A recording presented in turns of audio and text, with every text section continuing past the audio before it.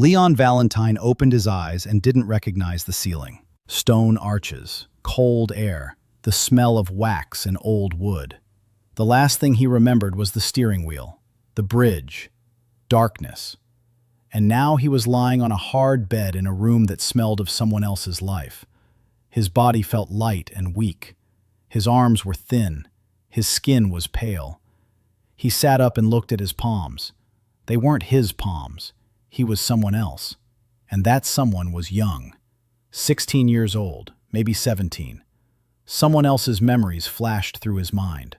A name, Leon Valentine, the Duke's third son, the family's disgrace, a boy who had been beaten with a cane for reading books instead of training, a boy whom his father had ignored since he was 7, a boy whose mother had died in childbirth and whose older brothers used him as a target for their warm-ups. Daniil Sokolov, 29 years old, senior operations manager for a luxury hotel chain, 8 years in the industry, 800 guests at the last banquet, 3 days without sleep. The bridge. That's it. Now he's here, in a foreign body, in a foreign world. And judging by this body's memories, today is the day of awakening. The door opened quietly. A girl entered the room wearing a maid's uniform. Her gray hair was pulled back into a low ponytail. Her eyes were downcast. Her movements were silent. She placed a tray with water and a towel on the table. Then she looked up and froze. She looked at him as if she had seen someone else, as if, overnight, the boy she had known for 9 years had become a stranger. Leon didn't know her name, but his body did. Ayla, the maid assigned to him as a child, the only person in this house who had never once raised her voice at him in 9 years. She blinked, lowered her eyes again, said it was time for the young master to get ready. The awakening ceremony would begin in 2 hours. The entire family was already in the main hall. Leon stood up. He walked over to the mirror. A gaunt face, dark hair down to his shoulders, a bruise on his cheekbone, fresh, yesterday's gift from his older brother. He ran his finger over the bruise. He didn't flinch. After 8 years in the hotel business, where an Arab prince would hurl a glass at you for serving champagne at the wrong temperature, a bruise on the cheekbone was a minor thing. Fine. A ceremony is a ceremony. He got dressed. Ayla silently handed him his uniform, white with a gold share. The Valentine coat of arms on the chest, a lion with a lightning bolt in its teeth. Irony. They left the room and walked down a long hallway. The Valentine estate was enormous. 3 stories, 40 rooms, a garden, stables, servants' quarters, a library that took up an entire wing. Daniel, inside Leon, automatically took stock. 12 servants in the hallways. Not a single one looked up. Worn wallpaper, dust on the moldings, a crack in the 3rd window on the left. The estate looked opulent on the outside and neglected on the inside. The manager inside would have immediately started making a list, but now was not the time. They went down to the 1st floor. The main hall was packed.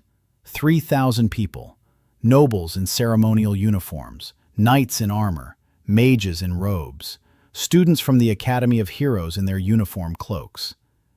In the center of the hall stood a crystal altar, white, translucent, as tall as 2 people standing side by side. It pulsed with a soft light. Leon knew from his body's memories that this crystal determined one's fate. Every child in the Assyrian Empire steps onto the altar at the age of 16, and heaven bestows a talent upon them, from F to SSS. Rank decides everything. Who gets to wield a sword? Who gets to till the soil? Who to marry? Who gets into the academy? The Duke's children received an S rank. It was almost a law of nature. The Valentines hadn't received anything lower than an A for 4 generations. Leon looked at the front row. His father was sitting there. Duke Richard Valentine, broad-shouldered, gray temples, a face as if carved from stone. He wasn't looking at Leon. He hadn't looked at Leon for 10 years. Cassius sat next to his father, his older brother, 22 years old, S rank, the lightning spear talent, the family's golden boy. He was looking at Leon, and he was smiling. The kind of smile people have when they've come to a funeral and are glad they're not the ones in the coffin. On the other side of the hall sat a young woman. Her back was straight. Her eyes were icy blue. Her white hair was tied back in a perfect bun. A wedding ring glistened on her finger. Celeste Hartwell, Leon's fiancée, the daughter of the head of the second great clan. A rank, talent, ice spear. Their engagement had been arranged when they were 10 years old. A political deal between two houses. Celeste didn't love Leon. From what he remembered, Leon didn't love Celeste either. But the ring was on his finger, for now. The rector of the Heroes Academy stepped up to the altar, a tall old man in a white robe. He held a scroll with names in his hands. He began calling them up one by one. The first young man, the Baron's son. He stepped onto the crystal, a flash, rank B, talent, fire shield. The hall clapped politely. The second, the Count's daughter, rank A, talent, silver arrows. The hall clapped louder. The third, the fourth, the fifth. Everyone received a B or higher. Children of the nobility, pure bloodlines. The result was as predictable as an accounting report. Leon waited. Ayla stood behind him, quiet as always. He could feel her presence. Finally, the rector called his name. Leon Valentine. The hall fell silent. Everyone knew. The Duke's weak son, the one who reads books, the one with a bruise on his face. Leon stepped toward the altar. He stood on the crystal. He closed his eyes. A light flashed. Letters appeared before his inner eye. Talent. Butler. Rank F. Ability. To serve tea. 3 seconds of silence. Then the hall erupted, not with laughter. Laughter would have been merciful. The hall erupted with pity. Quiet gasps, shaking heads, whispers. Poor boy. Rank F. The Duke's son. What a disgrace. Leon opened his eyes. He looked at his father. Duke Richard Valentine slowly turned away, as if he'd never had a third son. Cassius laughed. Not quietly, loudly, for the whole hall to hear. Celeste rose from her seat. She walked over to Leon.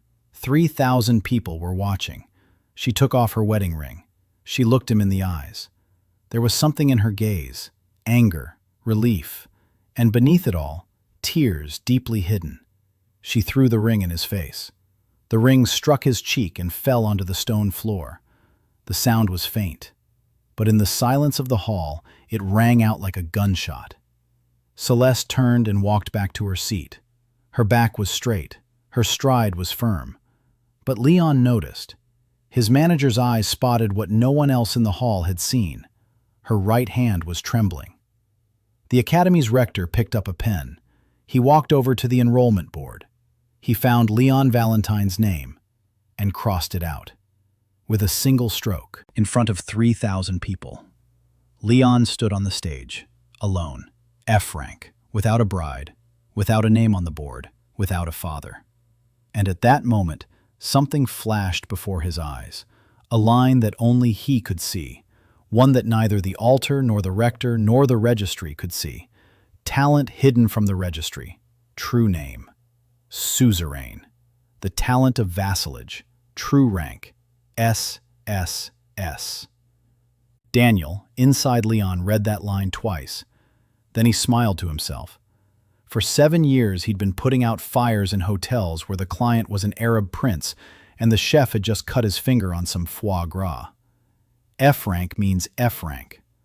Butler means butler. These people thought they'd scared the man who, on Thursday, had saved a banquet for 400 people when the wiring caught fire in the kitchen. They just hadn't realized yet what they'd gotten themselves into. He stepped down from the altar. 3,000 eyes watched him go. And then, as quiet as ever, Ayla approached from behind. She took his hand. She simply took his hand. Just as she had done 1,000 times when he was a child and cried after being beaten. But this time, something happened. The altar behind them cracked. The crack ran from the base to the top. The white crystal, twice as tall as a human, split in two, and a pillar of golden light burst forth from the crack. The light was so bright that those in the front rows closed their eyes. 3 seconds. The light faded. The altar stood split in two. The silence in the hall was absolute. No one understood what had happened, except for Leon. Another line flashed before his eyes. New ability unlocked, the administrator's eye.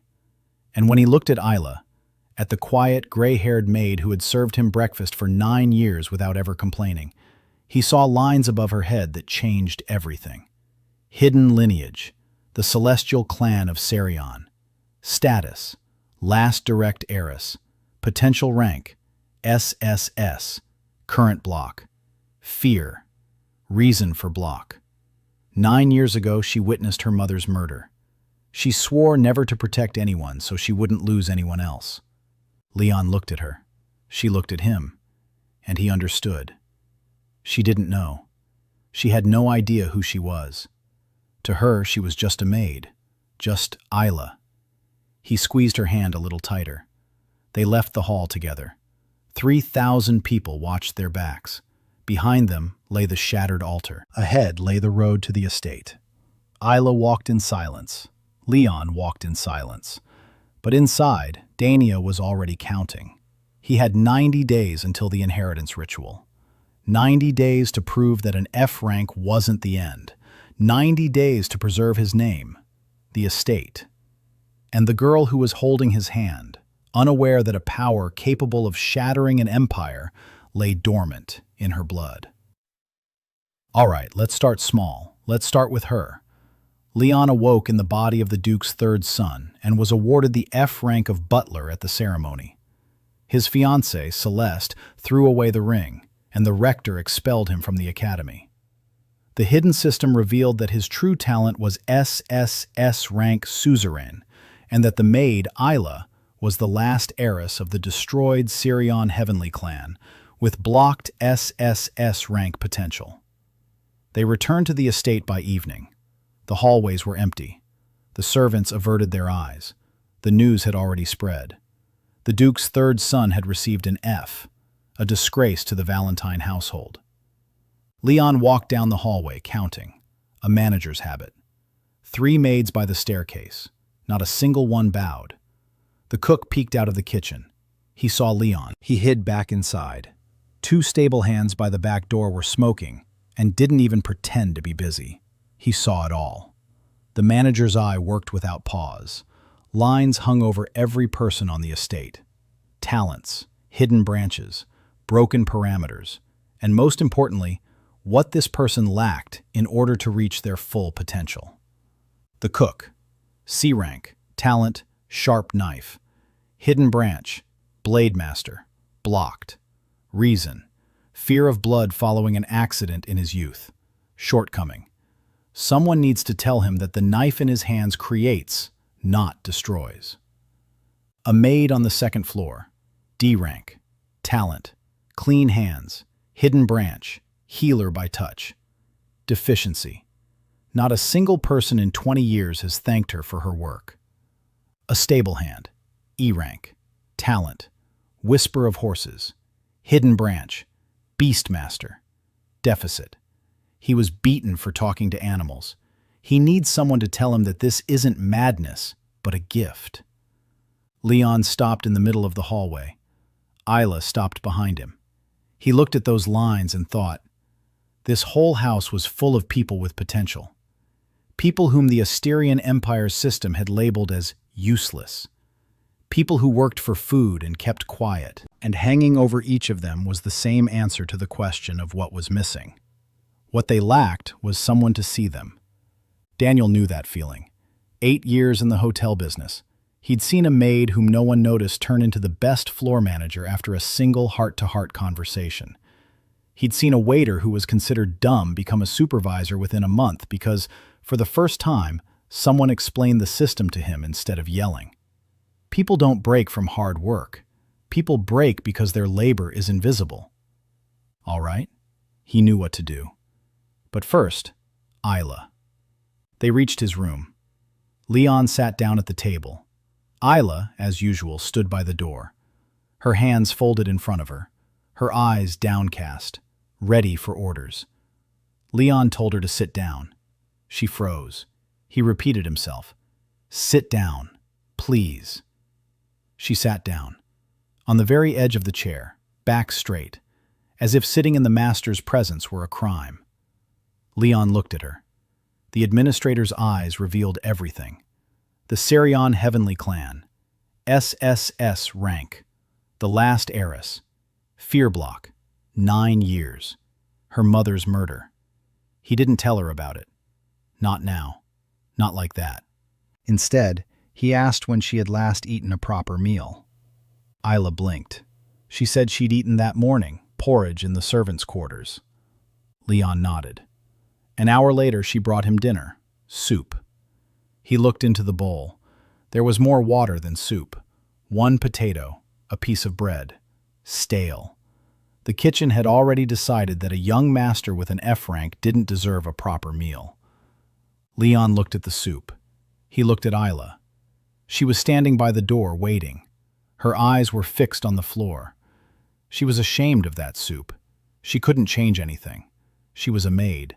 Maids don't argue with cooks. Leon stood up. He set the soup aside and went to the kitchen. Isla followed him. Her steps quickened. She said that a young master wasn't supposed to go into the kitchen, that it was forbidden by the house rules. What if the senior steward Baldric found out? Leon didn't stop. He pushed open the kitchen door. Inside were 3 cooks, the head chef, a fat man with a red face, and 2 assistants. They were cutting meat, fine cuts of meat, for the Duke's table. All 3 looked up and saw Leon. The head chef opened his mouth, about to say something, perhaps to kick him out, perhaps to remind him of the house rules. Leon didn't let him speak. He walked past them to an empty stove. He opened the drawers. He found eggs, butter, salt, herbs. He took out a skillet and began to cook. 8 years in luxury hotels. He knew his way around the kitchen, not as a head chef, but as a manager who had stepped in dozens of times when a cook got sick or quit right before a banquet. An omelet, a simple one. 2 eggs, butter, a pinch of salt, herbs on top. 30 seconds to heat the skillet. 1 minute for the omelet. He made 2, one on one plate, the second on the other. 3 chefs stood and watched. The Duke's son, in the kitchen, cooking by himself. Nothing like this had ever happened in the history of the Valentine household. Never.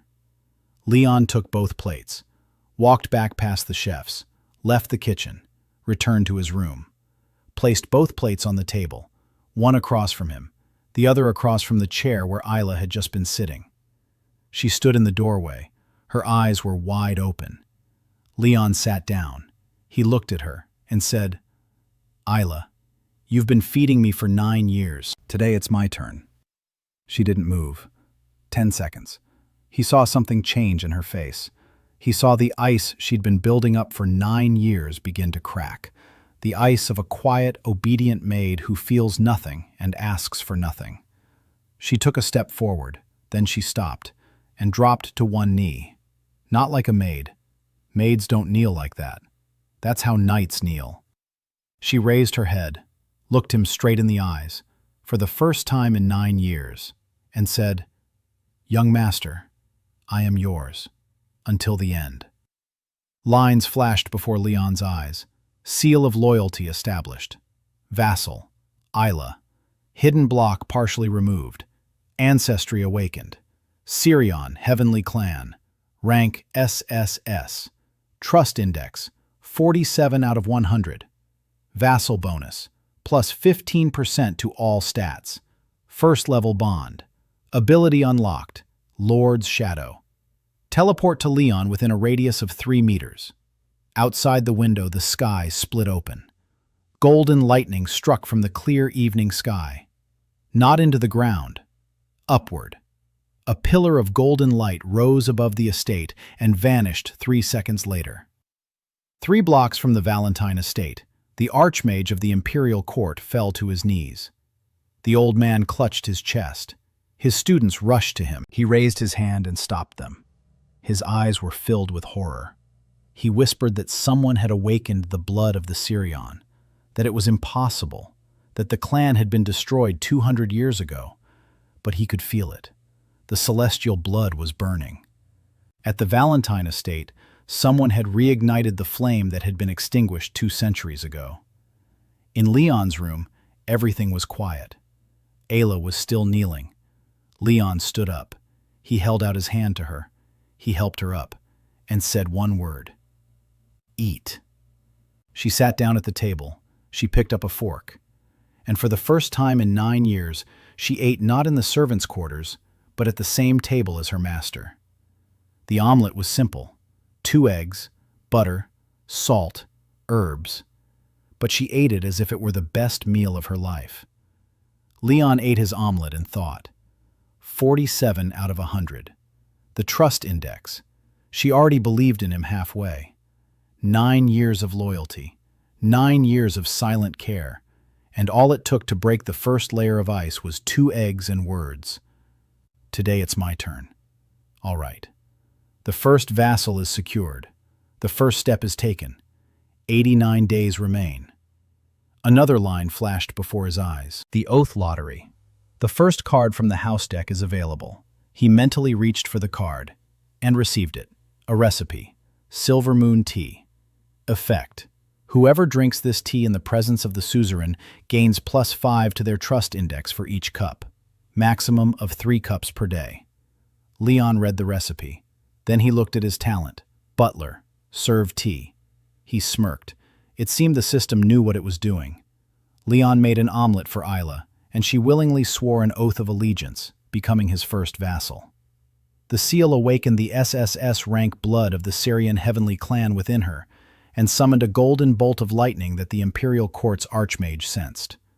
Leon also received the first card from the house deck containing a recipe for tea that boosts the trust index. The next morning began with numbers. Leon sat at a table in a study that had once belonged to his grandfather. No one had used this room for 20 years. Dust, old furniture. But the estate's ledgers were kept here. Leon had pulled them out of the closet before dawn. 7 heavy volumes, records from the past 10 years. He opened the first volume and began to read. An hour later, the picture became clear. The Valentine estate was sinking. Revenues were falling every year. Expenses were rising. Baldric, the senior steward who had managed the estate since Leon's mother's death, was pocketing 10 to 30% from every expense category. The servants' wages were delayed by 2 or 3 months. The food for the staff was worse than at an orphanage.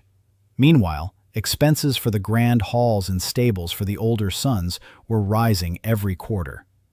Daniel, inside Leon, recognized this pattern. He'd seen it dozens of times. A hotel where the general manager steals and the staff runs away. It all starts with one thing. Someone at the top decides that the people at the bottom don't matter. And 3 years later, the business is dead. Leon closed the last volume. He stood up. He called Ayla. He told her they needed to go through the entire estate, every room, every storage room, every corner. She nodded. They began their inspection at 6 in the morning. The kitchen. 3 cooks, food supplies in the pantry. Leon checked every shelf. Enough flour for a week. Enough meat for 3 days. There were almost no vegetables. Yet Baldric's ledgers showed a vegetable purchase that would have lasted a month. The servants' storerooms. Leon opened the doors and saw mattresses on the floor, thin blankets, 1 wash basin for 12 people, a window boarded up. He stood in the doorway and said nothing. Ayla stood beside him. She'd lived here for 9 years. She was used to it. For her, this was normal. For Daniel, it was unacceptable. He had seen workers' dormitories in 3 countries. He knew what the minimum standard looked like. This was below it. The stables, 12 horses, 3 stable hands. The horses belonging to Cassius and his middle brother Darius were well cared for. The rest stood in dirty stalls. 1 stable hand, an old man, D rank. The manager's gaze gave it away. A bad back. He'd been working since 4 in the morning. His last day off was 8 months ago. Leon was taking it all in. Not in a notebook, in his head. 8 years of training in operations management. He could keep track of the condition of every floor in a 300-room hotel. The layout of a 40-room floor was easier. By noon, the rounds were finished. The picture was complete. 31 servants on the estate. Of those, 23 were paid below minimum wage. 7 weren't paid at all. 1. Jerome, the gardener. He'd been working for free for 2 years now because Baldric had threatened to kick him off the estate and he had nowhere else to go. Leon found Jerome in the garden. The old man was on his knees in front of the rose bushes. The steward's eye showed D rank, talent, green hand, hidden branch, druid, roots, blocked, shortage. Leon's childhood friend, the only person on the estate who remembered his mother. Jerome had planted these roses on the day of her death. He had tended them for 16 years without a break. Leon walked. Jerome looked up. His eyes were weary. He said he'd heard about the F rank, said he was sorry. Leon sat down next to him and said he didn't need his sympathy, said he needed help. Jerome looked at him. Something flickered in the old man's eyes. Leon said that starting tomorrow, Jerome would receive his full salary. The back pay for the past 2 years would be paid within a week, and the roses would stay. Forever. Jerome didn't answer. He just nodded and went back to his bushes. But Leon saw that his hands had stopped trembling. After lunch, Leon summoned Baldric. The senior steward arrived 20 minutes later. Tall, thin, long fingers. The face of a man accustomed to commanding and despising others. The administrator's eyes revealed B rank, talent, iron grip, no hidden branches, trust index toward Leon, -40. Current emotional state, contempt. Note, 9 years ago this man killed Isla's mother. Leon read the last line and remained impassive. 8 years of corporate discipline. He knew how to hide his reactions better than most intelligence officers. Baldric entered the office and sat down without being invited. He folded his arms. He asked what the young gentleman wanted. His voice was the kind used when speaking to a child who was interrupting adults. Leon placed the accounting ledgers on the table. He opened them at the bookmarks. 17 bookmarks. 17 entries where the expense figures didn't match the actual inventory. Baldric looked at the ledgers. His expression changed. Not drastically, but enough for Leon to notice. He hadn't expected anyone to check. No one had checked in 10 years. Leon spoke calmly, without accusations, as if in an exit interview with a manager being fired for embezzlement. Facts, numbers, dates, amounts, discrepancies in flower deliveries, inflated expenses for stable repairs, fictitious purchases of fabrics for servants that the servants never received. Baldric remained silent, his face turned ashen. Then he smirked and said that Leon could say whatever he wanted, that the Duke knew about and approved of his work, that an F-rank boy had no right to fire the senior steward, that if Leon continued he would regret it. Leon nodded. He took a document out of his desk drawer that he had written that morning. It was the order to dismiss Baldric, the senior steward. It included a list of violations, the amount of damages, and the signature and seal of the third heir to the Valentine house. According to the clan's charter, the heir had the right to dismiss and appoint estate staff until the ritual of succession. It was one of the few rights he still possessed. Baldric read the document. His face turned pale, then red. He stood up. His hands were shaking. He said that Leon would regret this, that he didn't know who he had angered, that behind Baldric stood people before whom even the Duke bowed his head. Leon looked at him and thought. The Order of the Registry. He didn't know that name yet, but he knew Baldric was telling the truth. Someone was behind him, the one who had killed Isla's mother, the one who had kept this man on the estate for 9 years, not as a steward, as an observer. Leon said one sentence. "The door is behind you." Baldric left. Isla was waiting for him in the hallway. She stood against the wall, silent, motionless. When Baldric walked past her, he didn't look up. He quickened his pace. Because for a split second, he felt something he shouldn't have felt from a maid of unknown rank. Pressure. Pure. Heavy.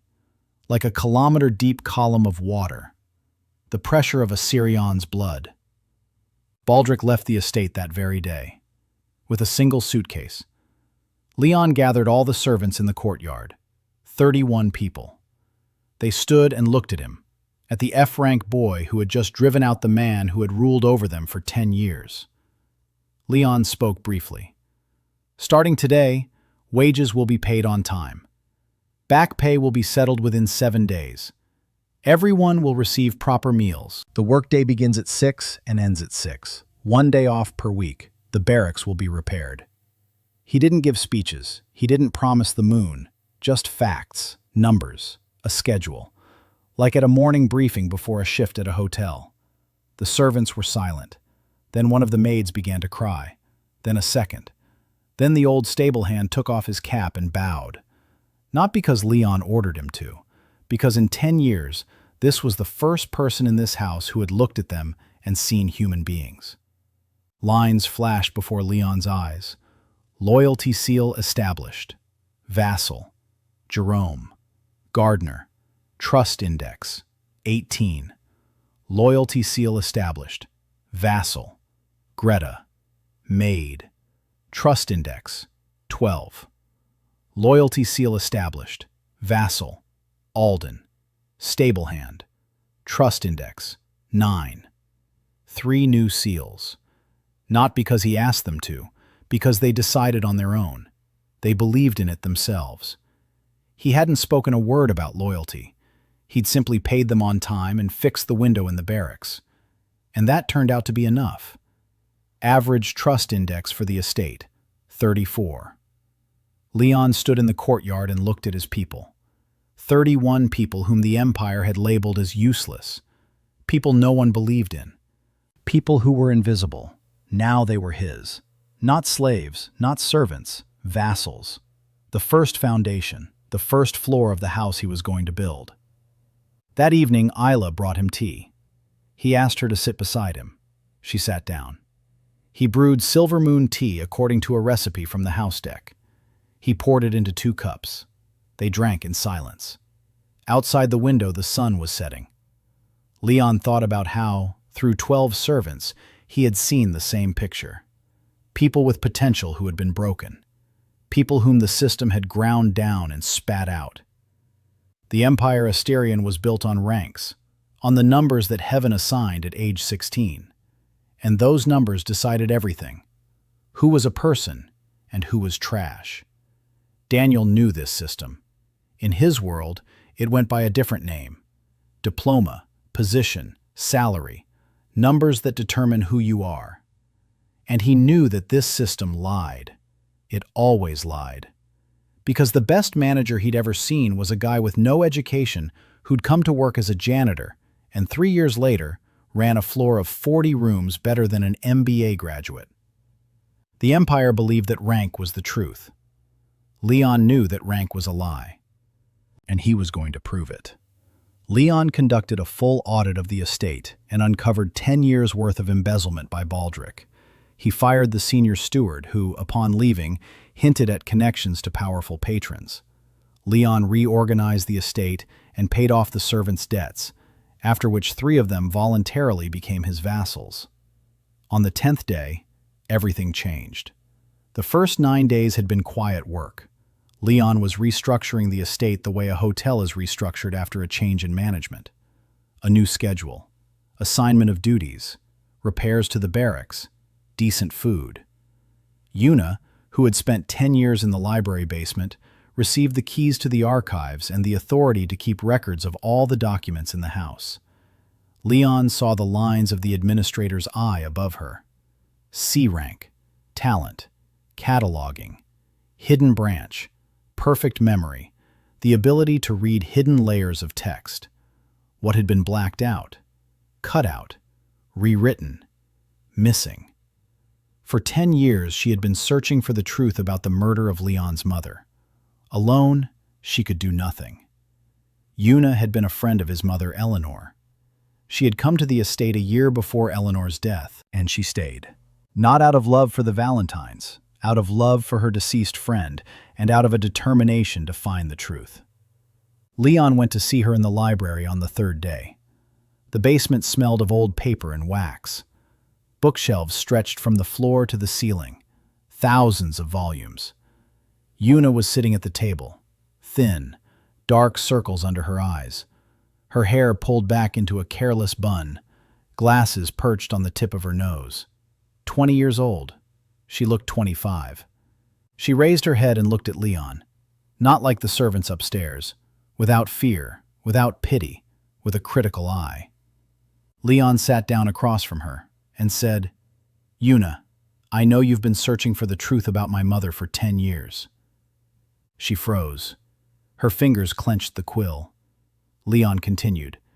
He said he didn't yet know what had happened, but he wants to find out, and that she's no longer alone. Yuna was silent for 30 seconds. Then she took off her glasses, wiped them, put them back on, and said she had a folder, one she'd been compiling for 10 years. Documents, records, testimonies from servants who'd long since been dismissed. A chronology of the last year of Eleanor Valentine's life. Leon nodded and said they'd sort it out, together. Yuna's trust index rose from 25 to 31. He didn't press her. He didn't ask for the seal. She would come when she was ready. A week later, Leon saw the first results. The estate's expenses had been cut by 43%. Productivity had tripled. Not because he was forcing people to work harder, because people who eat and sleep properly work better. It's not magic, it's basic management. But in an empire where servants are treated like furniture, it looked like a miracle. On the 10th day, at night, someone broke into the estate. Leon woke up because of the silence. Not because of a sound, because of the silence. The crickets outside the window had fallen silent. Something was wrong. A manager's instinct. For 8 years he'd woken up sensing that something was off. A noise that should be there but isn't. Silence where there should be sound. He opened his eyes. The room was dark. The moon outside the window, and a silhouette by the door. A man stood 2 steps away from his bed. Short, thin, dressed in black. A hood, a blade in his right hand. Thin, long, an assassin's blade. Leon didn't move. His heart was racing, but his mind was calm. He saw the lines from the administrator's eyes. Name, May Kim. Age, 19. Rank, B. Talent, Blade of Mist. Hidden Branch, S. Blocked. Current assignment, kill Leon Valentine. Client, not the Hartwell clan. Third party. Emotional state, despair. And below, hidden information. 3 younger brothers, ages 4, 6, and 9, held at the lower quarter orphanage. One is sick. May kills for money to pay for their treatment. Not enough. Someone needs to see her not as a blade, but as a sister. Leon lay there, staring at the blade just 2 steps from his throat. And he thought. Not about how to survive. About the fact that this girl had 3 brothers in an orphanage, and one of them was sick. He opened his mouth and said one sentence. How old are your brothers? May froze. The blade hung motionless in the air. She stood still for 2 seconds. 3, 5. Leon could feel the tension in the room shift. Ayla. She was somewhere nearby. The Lord's shadow. The ability to teleport 3 meters toward him. He could feel the air behind him grow thick. Ayla was ready to tear this girl apart in a single second. SSS rank versus B rank. This wasn't even a fight. It was an execution. Leon raised his hand, not toward May, toward Ayla, behind him, a gesture meaning, stop. Wait. Ayla stopped. Leon sat down on the bed. He looked up at May. The blade was 30 centimeters from his face. He didn't look away.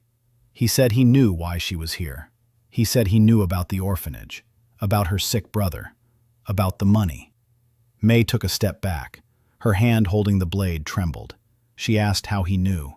Her voice was hoarse, young, 19 years old.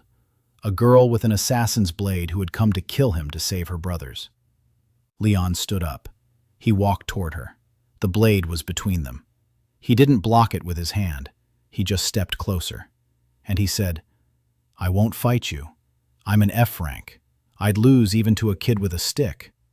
But I have a manor, and the rooms in the manor are empty. And if your brothers need a place to stay and medical care, they'll get it. Not for the blade. For free." May stood there, staring at him. The blade in her hand trembled more violently. Then it stopped trembling. Then it slipped from her grasp. The blade fell to the stone floor with a soft clink. May lowered her head. Her shoulders shook. She wasn't crying. She was one of those who had forgotten how to cry. But her body was crying for her. Leon didn't touch her. He didn't hug her. He didn't comfort her. He knew that any touch right now would ruin the moment. Instead, he said, "Tomorrow morning we'll go after them." She raised her head. She looked at him. And for the first time in a long time, there was something in her eyes other than calculation and despair. Lines flashed before Leon's eyes. Loyalty seal activated. Vassal. May Kim. Trust index. 5. Hidden SS branch unlocked. Download initiated. Vassal bonus. Plus 15% to all stats. Leon nodded. Then he looked at the floor. Next to the blade lay a rolled-up sheet of paper. He bent down and picked it up. An order. The seal on the order was unfamiliar. Not the Hartwell coat of arms. Not the Valentine coat of arms. A circle with an eye inside. 3 horizontal lines beneath the eye. The third party. The one Baldric had mentioned as he was leaving. Those before whom even the Duke bows his head. Leon rolled up the sheet and put it in his pocket. He looked at May. She was standing in the middle of the room, without a blade, without the assassin's mask. Just a 19-year-old girl with dark circles under her eyes. Leon told her to go to bed. Isla would show her to her room. May looked at him, then at Isla, who was standing by the wall, silent, motionless. The pressure of SSS rank power hung in the air like a thundercloud. May understood. If Leon hadn't stopped her, if he'd let his maid act, May would have been dead before her blade even cut through the air. He saved her life. Not with force, with a word. May left with Isla. Leon remained alone. He sat down on the bed. He took the order out of his pocket. He looked at the seal, a circle with an eye. He didn't know what it was. Not yet, anyway. But he knew one thing. Someone wanted him dead. Not the Hartwells. Not his father. A third party. The same one who was behind Baldric. The same one who killed Isla's mother. Maybe the same one who killed Leon's mother. The threads all led to a single point. He hadn't seen the knot yet, but he could feel it. In the morning, Leon kept his word. He and May drove to the lower quarter. The orphanage was worse than the servants' quarters at the estate. Dirt, cold, the stench of illness. 3 boys, 4 years old, 6 years old, 9 years old. The youngest was coughing. The middle one was hiding behind the oldest. The oldest looked at May and at Leon standing next to her, not understanding. Leon paid for the youngest boy's treatment on the spot. The orphanage doctor said the boy needed medicine that cost 30 silver coins a month. Leon paid for half a year in advance. Then he took all 3 of them. He loaded them into the wagon. May sat next to her brothers. The youngest was asleep on her lap. She wasn't looking at Leon. She was looking at her brothers. And her face was just as it should always have been. The face of an older sister, not a murderer's. By evening, the 3 boys had been settled into the estate. A room on the 2nd floor, clean beds, a hot meal. Greta, the maid who had received the seal 3 days earlier, got them settled and put them to bed. May stood by the door of the room where her brothers were sleeping. She stood there and watched. Leon walked past. He stopped. He didn't say a word. He just nodded and walked on. May's trust index rose from 5 to 14. He didn't praise her blade. He didn't say she was strong. He didn't ask for thanks. He simply moved her brothers to a new home and paid for their medicine, and that was enough. On the 10th night, the mercenary May Kim infiltrated the estate with orders to kill Leon, but he disarmed her with words about her brothers and accepted her as a vassal. The assassination order was signed with the seal of an unknown third party. Leon took May's 3 brothers from the orphanage and settled them at the estate. On the 25th day, Cassius arrived. Leon knew this would happen. 15 days of silence after the ceremony had been too long. News of the estate had already leaked beyond its walls. Servants being paid on time. The steward dismissed. The 3rd son, with an F rank, managing the estate as if he were born to do so. The estate's income had doubled in 3 weeks. To the nobility, this was incomprehensible. To Cassius, it was an insult. He arrived around noon. He wasn't alone. 8 knights accompanied him, a full combat unit in full ceremonial armor. Spears, swords, cloaks bearing the Valentine crest. An S-rank heir had brought 8 fighters, ranging from B to A rank, to put his younger brother, an F rank, in his place. That was all one needed to know about Cassius Valentine. Leon met him in the courtyard, alone, unarmed, wearing a simple shirt. Ayla stood at the entrance to the house. May was somewhere on the roof. Leon could sense both of them through the seals. He could feel their readiness. He could feel Ayla's mana rising like water in a dam before it breaks. Cassius dismounted. Tall, broad-shouldered, golden hair, his father's face but younger. At his waist hung a spear the size of a hand, compact in form. An S-rank artifact that, when activated, unfolded into a 2-meter-long spear of pure lightning. He looked down at Leon. He smiled, the same smile he'd worn at the altar. The smile of a man who'd come to a funeral and was enjoying the view. Cassius said he'd heard some interesting things, that his little brother was playing at being the master, firing the stewards, paying the servants. They even say he cooks in the kitchen himself. What a touching picture. The knights behind him laughed. Leon stood there and listened. He didn't interrupt. He didn't argue. He didn't clench his fists. Daniel inside him was assessing the situation. 8 fighters, at least B rank each. Cassius, S rank. Spear of lightning. Reaction time. Area of effect. He saw all of this through the eye of the controller. None of it mattered, because Ayla stood behind him. SSS rank. Sirion's heavenly blood. The difference between S and SSS isn't just one rank. It's an abyss. An S rank can destroy a castle wall. An SSS rank can destroy a castle. Cassius finished his speech. He said he'd come to remind his younger brother of his place, that an F rank should know his place, that if Leon didn't put an end to this circus, Cassius would explain it to him personally, and his knights would help explain it. Leon was silent for a second. Then he nodded and said, "Brother, you've come a long way. Why don't you have some tea?" Cassius blinked. He'd expected fear, please, maybe an attempt to run away, not an invitation for tea. His face twitched. He stepped forward. His hand reached for the spear at his belt. And then Leon turned to Ayla. He looked at her, and he said, "Ayla, please show our guests in." Ayla took a step away from the doorway. Just one step. The atmosphere in the courtyard changed. The temperature dropped by 2 degrees. No, by 5. Pressure crashed down on the courtyard like an invisible wave. 8 knights stopped at once. Their expressions changed. They were fighters, ranging from B to A rank. They knew what the pressure of power felt like. They knew how to sense it. And what they were sensing right now from the gray-haired maid in uniform was impossible. Cassius felt it too. His hand froze on his spear. His smile vanished. Ayla was walking across the courtyard. Each of her steps left a crack in the stone. Not from the force of the impact, from the pressure, the pure pressure of heavenly blood. She stopped 3 meters away from Cassius and his squad. She looked up. Cassius saw her eyes and his face went pale. Her eyes glowed. Gold. Not brightly, softly, like 2 little stars. The seal of the Sirion heavenly clan appeared on her forehead. Thin, golden lines. A pattern that hadn't been seen in the Empire for 200 years. 6 seconds. That was exactly how long everything that happened next lasted. The first knight lunged forward. Instinct, a combat reflex. He drew his sword and struck. Ayla took half a step to the left. The sword flew past her. Her palm touched his chest. A touch, not a blow.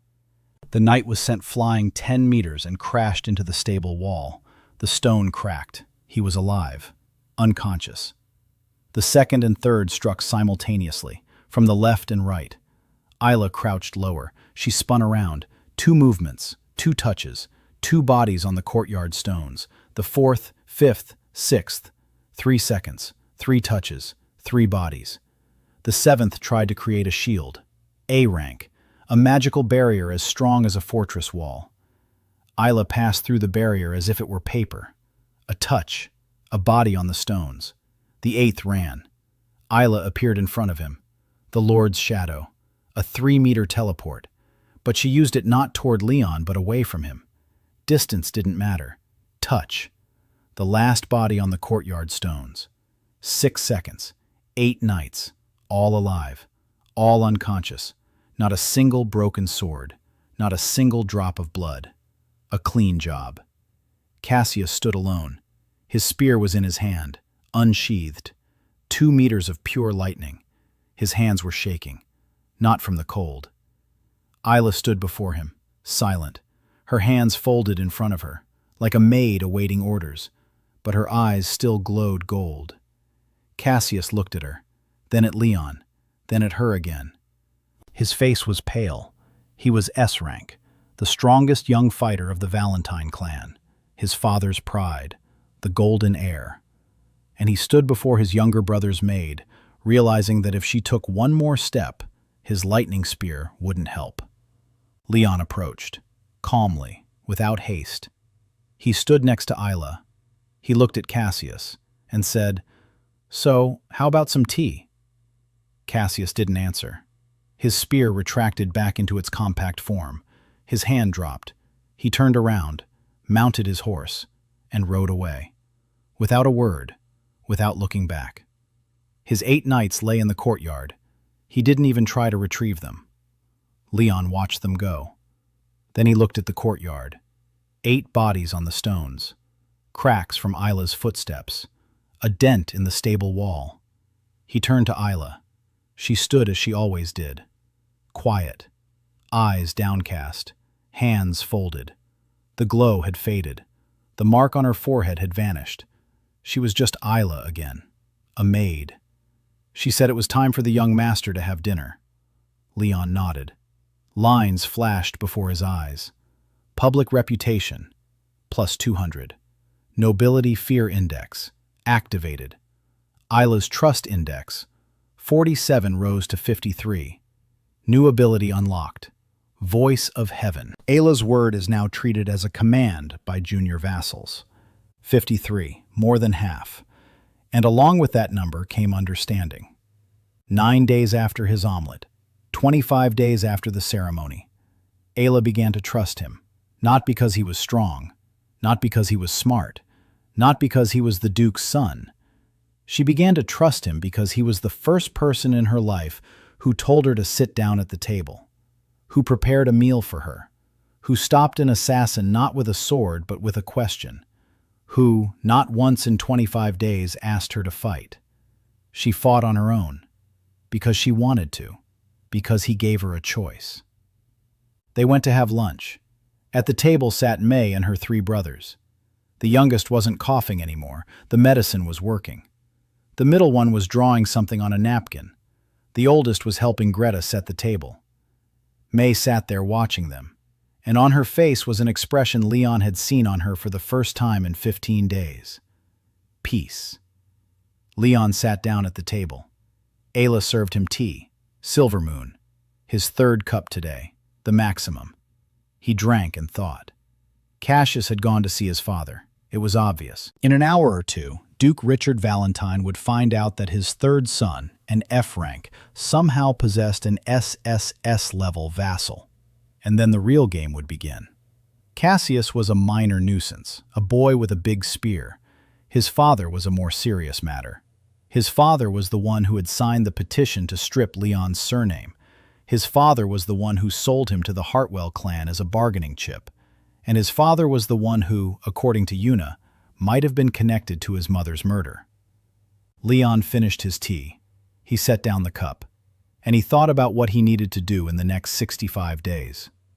Keep his surname, keep the estate, keep Isla, protect May and her brothers, find out the truth about his mother, and do all of this with an F rank, without his own combat force, without an army, without allies among the nobility, with only a maid, a mercenary, a gardener, a librarian, a stable hand, 3 maids, and 3 little boys who draw on napkins. He smiled. In his past life, he'd saved a banquet for 800 people with just 5 waiters and a broken kitchen. That had been harder, but the principle was the same. It's not the number of people that matters. What matters is how much each of them believes in what they're doing. That evening, a note arrived. Not from his father, not from Cassius. The note was lying on the windowsill of his room. No one saw when or who had left it. The note contained a single sentence. "We know that the blood of Sirion has awakened. We are coming." A seal was at the bottom. A circle with an eye. 3 horizontal lines. The same seal as on the order to kill Leon that May had carried. The third side. The order of the registry. Leon stood by the window with the note in his hands, staring at the dark sky. Behind him, the estate lay silent. 31 people. His people.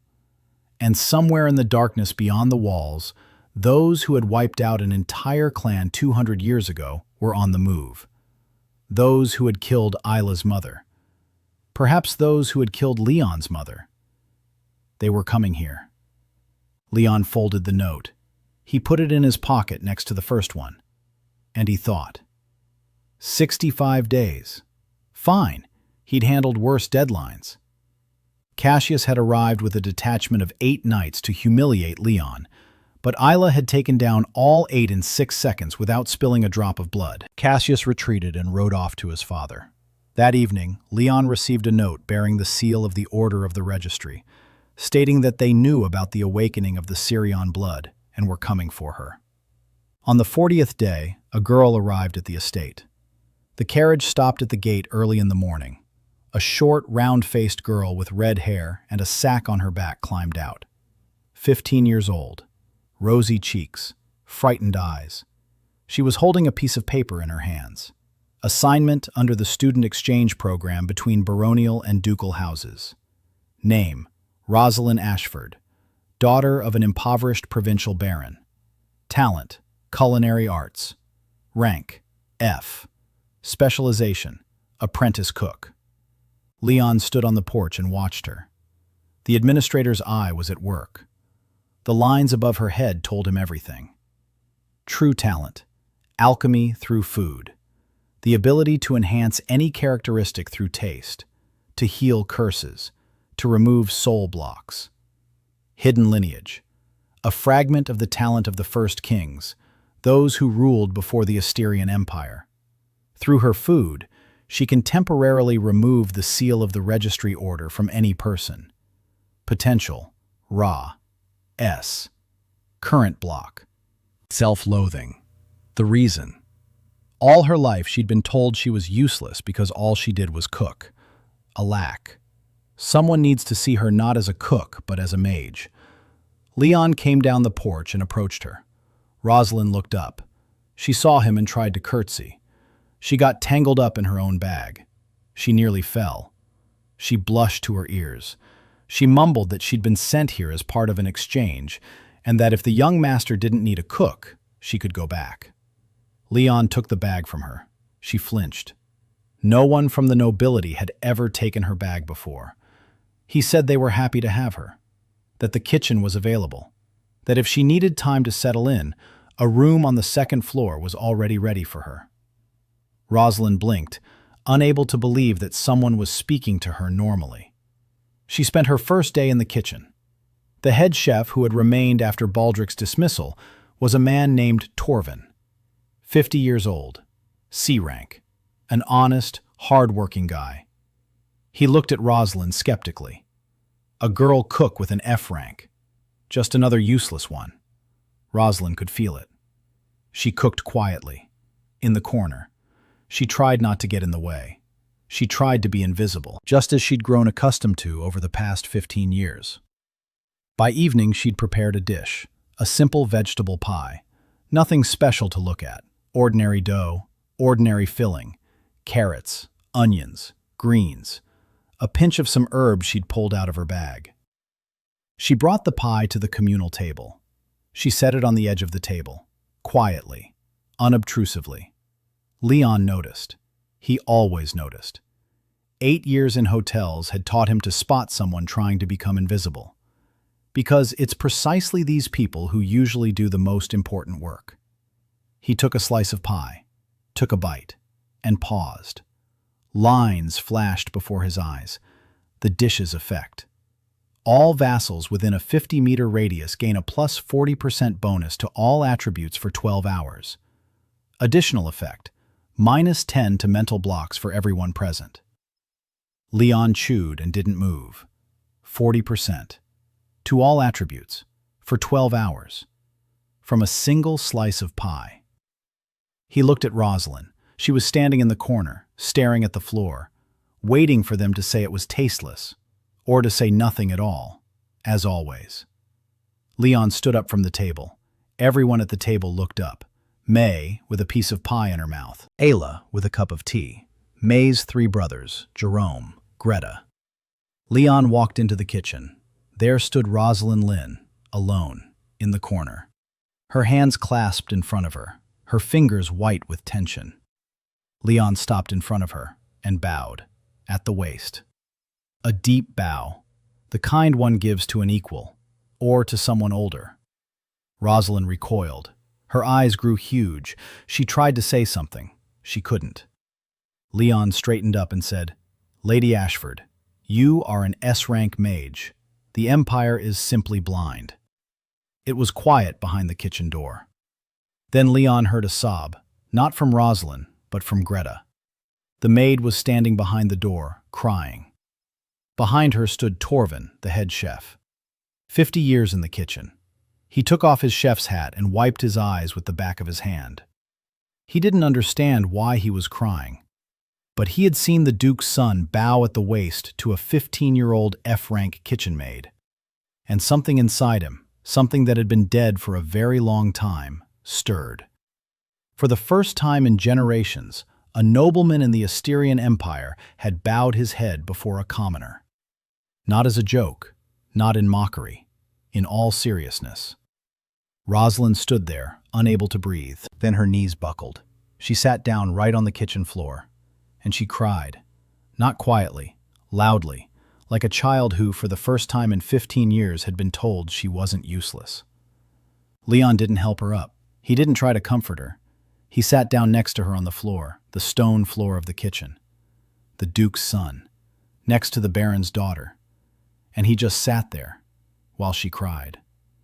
Lines flashed before his eyes, seal of loyalty established, vassal, Rosalind Ashford, trust index, 15, hidden lineage, a fragment of the talent of the first kings, activation initiated, vassal bonus, plus 15% to all stats.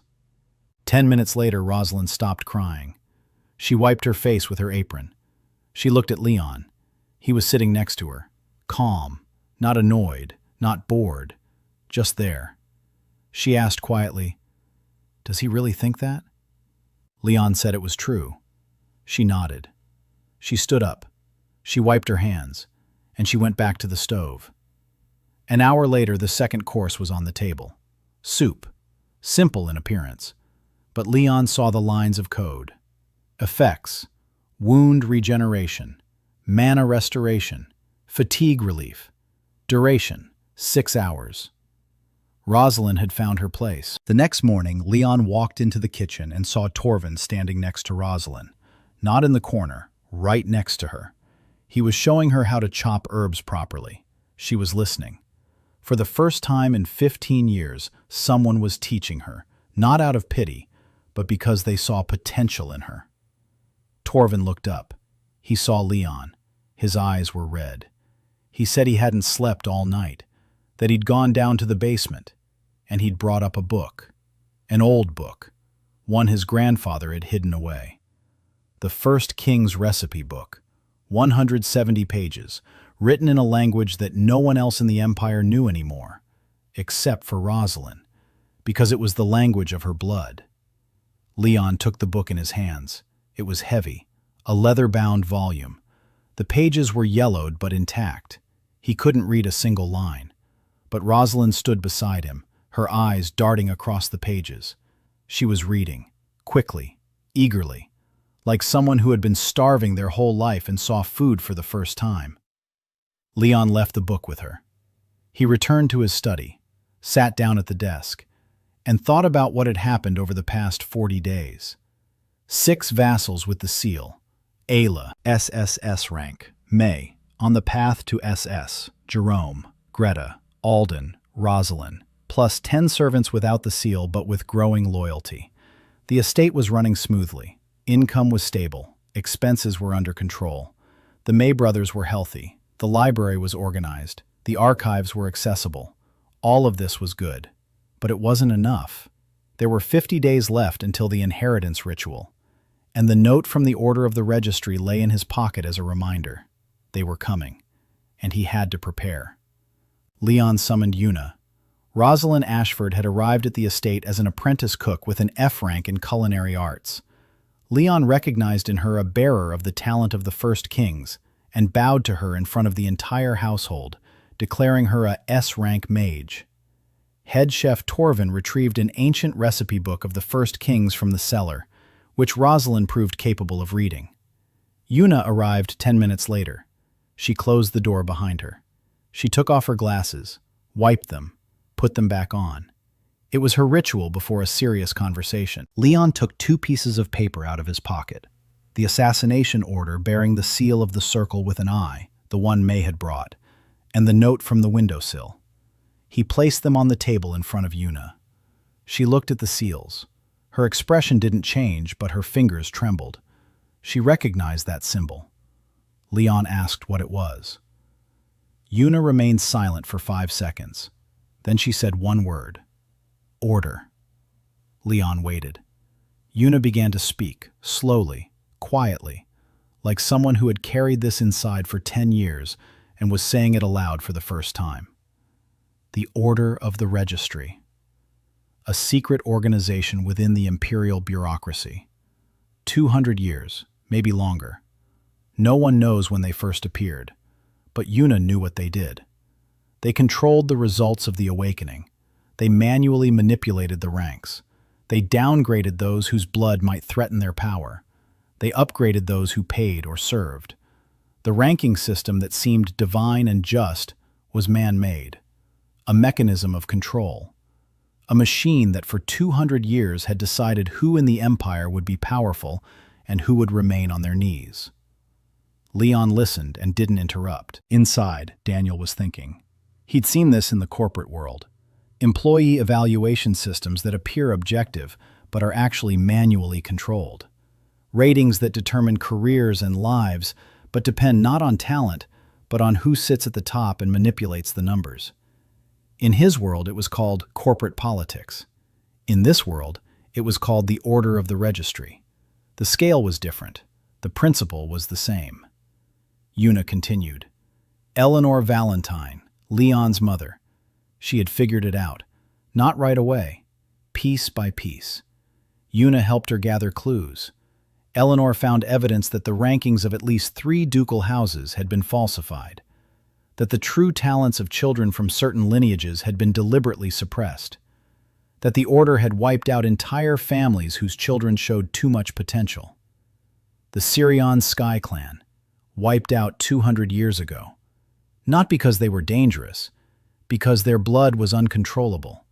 Because Sky blood did not conform to the registry's ranking system. It could not be forged. It could not be suppressed. It could not be hidden. And the order decided it was easier to kill them all than to let that blood live. Leon listened. He thought of Ayla, the last heiress of the destroyed clan. The girl who had served him breakfast for 9 years, unaware that the blood flowing through her veins was the very blood they'd been trying to wipe off the face of the earth for 200 years. Yuna said that Eleanor had put together a folder, documents, testimonies, a chronology, and someone from the order found out. Eleanor died 3 weeks after she finished the folder. Officially. Postpartum complications. Leon was born, and his mother died. That's what the Duke said. That's what the doctors recorded. But Yuna knew the truth. Eleanor was healthy after giving birth. Yuna had seen her the day before she died. She was strong, happy, holding the newborn Leon in her arms and laughing. And the next day, she was dead. Yuna took out the folder, that very one, the one she'd been compiling for 10 years, adding her own findings to what Eleanor had started. A thick folder, worn, with dog-eared corners. Leon opened the first page and saw 2 names that changed everything. The first name, Victoria Hartwell, head of the Second Great Clan, Mother Celeste's. She had been in contact with the Order 6 months before Eleanor's death. Not as a victim, as an accomplice. She knew that Eleanor was digging, and she pointed her out to the Order. The second name, Richard Valentine, Leon's father, the Duke. Next to his name was a question mark written by Yuna. She wasn't sure. But the documents showed that the Duke knew about his wife's investigation and didn't stop those who came for her. The silence lasted a minute. Leon stared at his father's name, at the question mark. Daniel inside him was calm. He had already suspected it. Ever since he saw the Duke turn away from him at the altar. Ever since he learned that his father had signed the petition to strip him of his surname. This man wasn't just cold toward his son. He was getting rid of him. The question was, why? Because Leon is weak, or because Leon is dangerous? Yuna said this was all she had. 10 years of work, all on her own, without help, without access to restricted archives. She did what she could. Leon closed the folder. He looked at Yuna and said, "You've been carrying this alone for 10 years. 10 years searching for the truth for the sake of a woman who was your friend. That's more than a duty. It's a loyalty you can't buy with money or command. Yuna, we'll get to the bottom of this, together." Yuna looked at him. Her lips tightened. She wasn't the type to cry. She was the type to grit her teeth and get to work. But something flashed in her eyes, quickly, for a second. She said she had something else. She raised her hand to her neck. She pulled a chain from under her collar. A small key hung from the chain. Simple, metal, nothing remarkable about it. She said her father had left her this key. He died when she was 5. Before he died, he put the key around her neck and told her never to take it off. She didn't know what it unlocked. She'd been trying to find the lock for 10 years. She'd tried every door, every chest, every drawer in the estate. Nothing. Leon looked at the key. The administrator's eye displayed Object, Key of the Supreme Registrar, Affiliation, Archives of the Order of the Registry, Access Level, Absolute. Note, the owner is unaware of the object's purpose. Her father, the former Supreme Registrar of the Order, fled the Order to save his daughter. Leon read these lines and his heart skipped a beat. A strong one. Yuna, the daughter of the former head of the Order of the Registry. The key to all their archives has hung around her neck since birth, and she doesn't know it. He didn't tell her, not yet. It's too dangerous. If the Order finds out she has the key, they'll come for Yuna just as quickly as they came for his mother. Instead, he told her that the key was important and that they needed time to figure out what it unlocks. Yuna nodded. She tucked the key back under her collar. Leon held out his hand to her. She looked at his hand, then at him, and shook it. Not as a maid, not as a librarian, as a partner. Lines flashed before Leon's eyes. Seal of loyalty activated. Vassal, Yuna Park. Trust Index, 31. Hidden branch unlocked. Reader between the lines. Vassal bonus. Plus 15% to all stats. Ability activated. Perfect memory.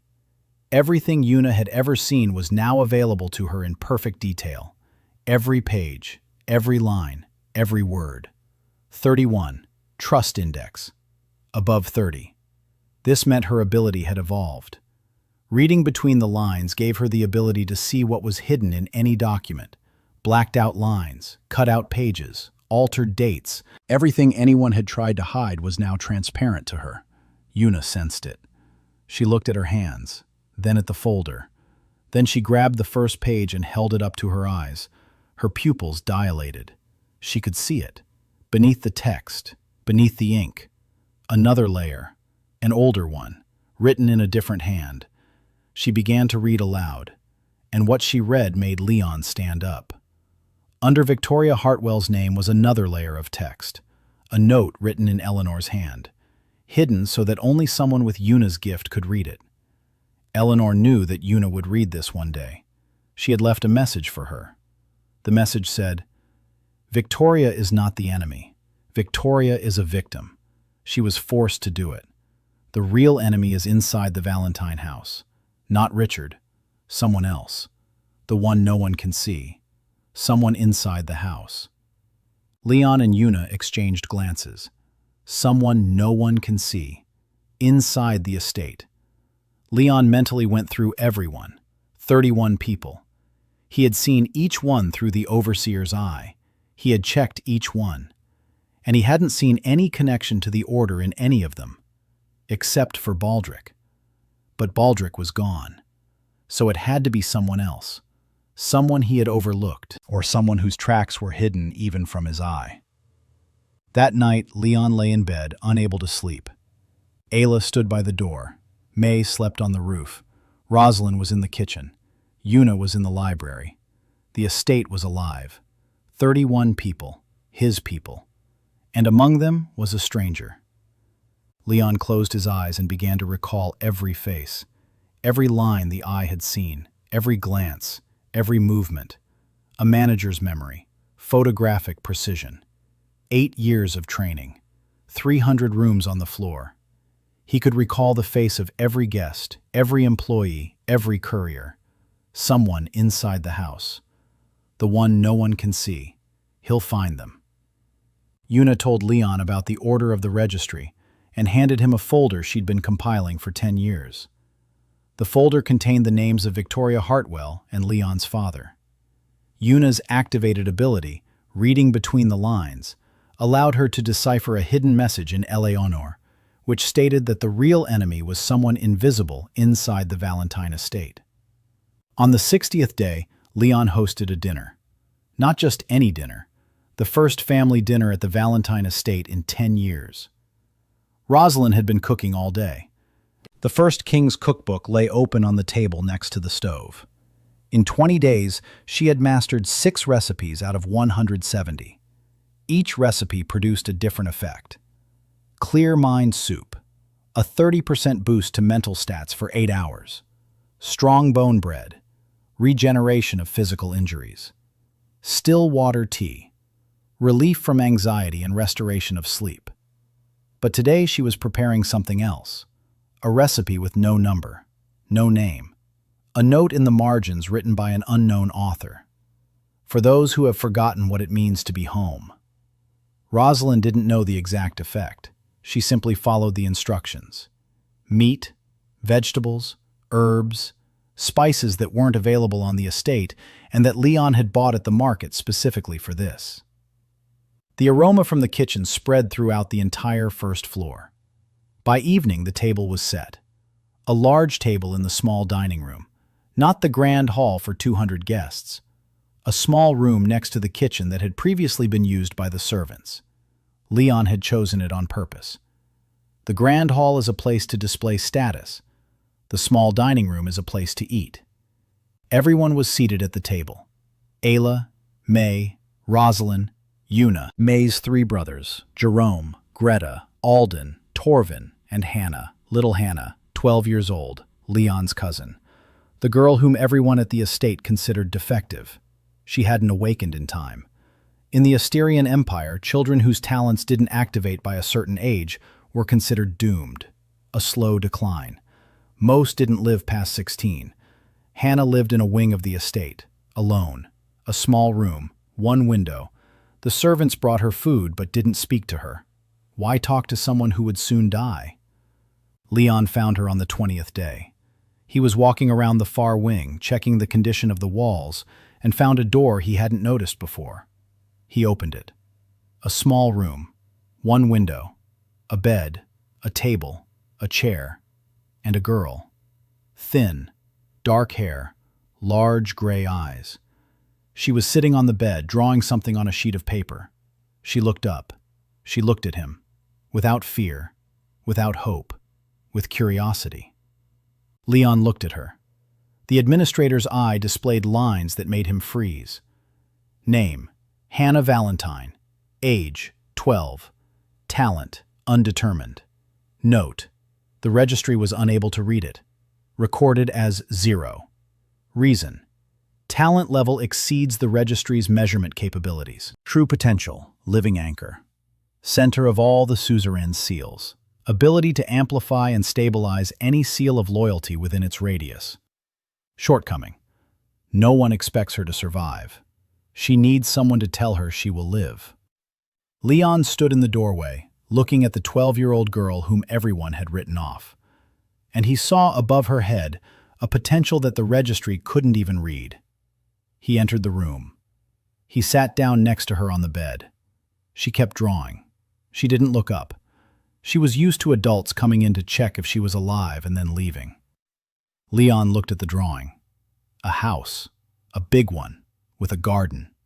And people outside the house, lots of people. She was drawing the family she didn't have.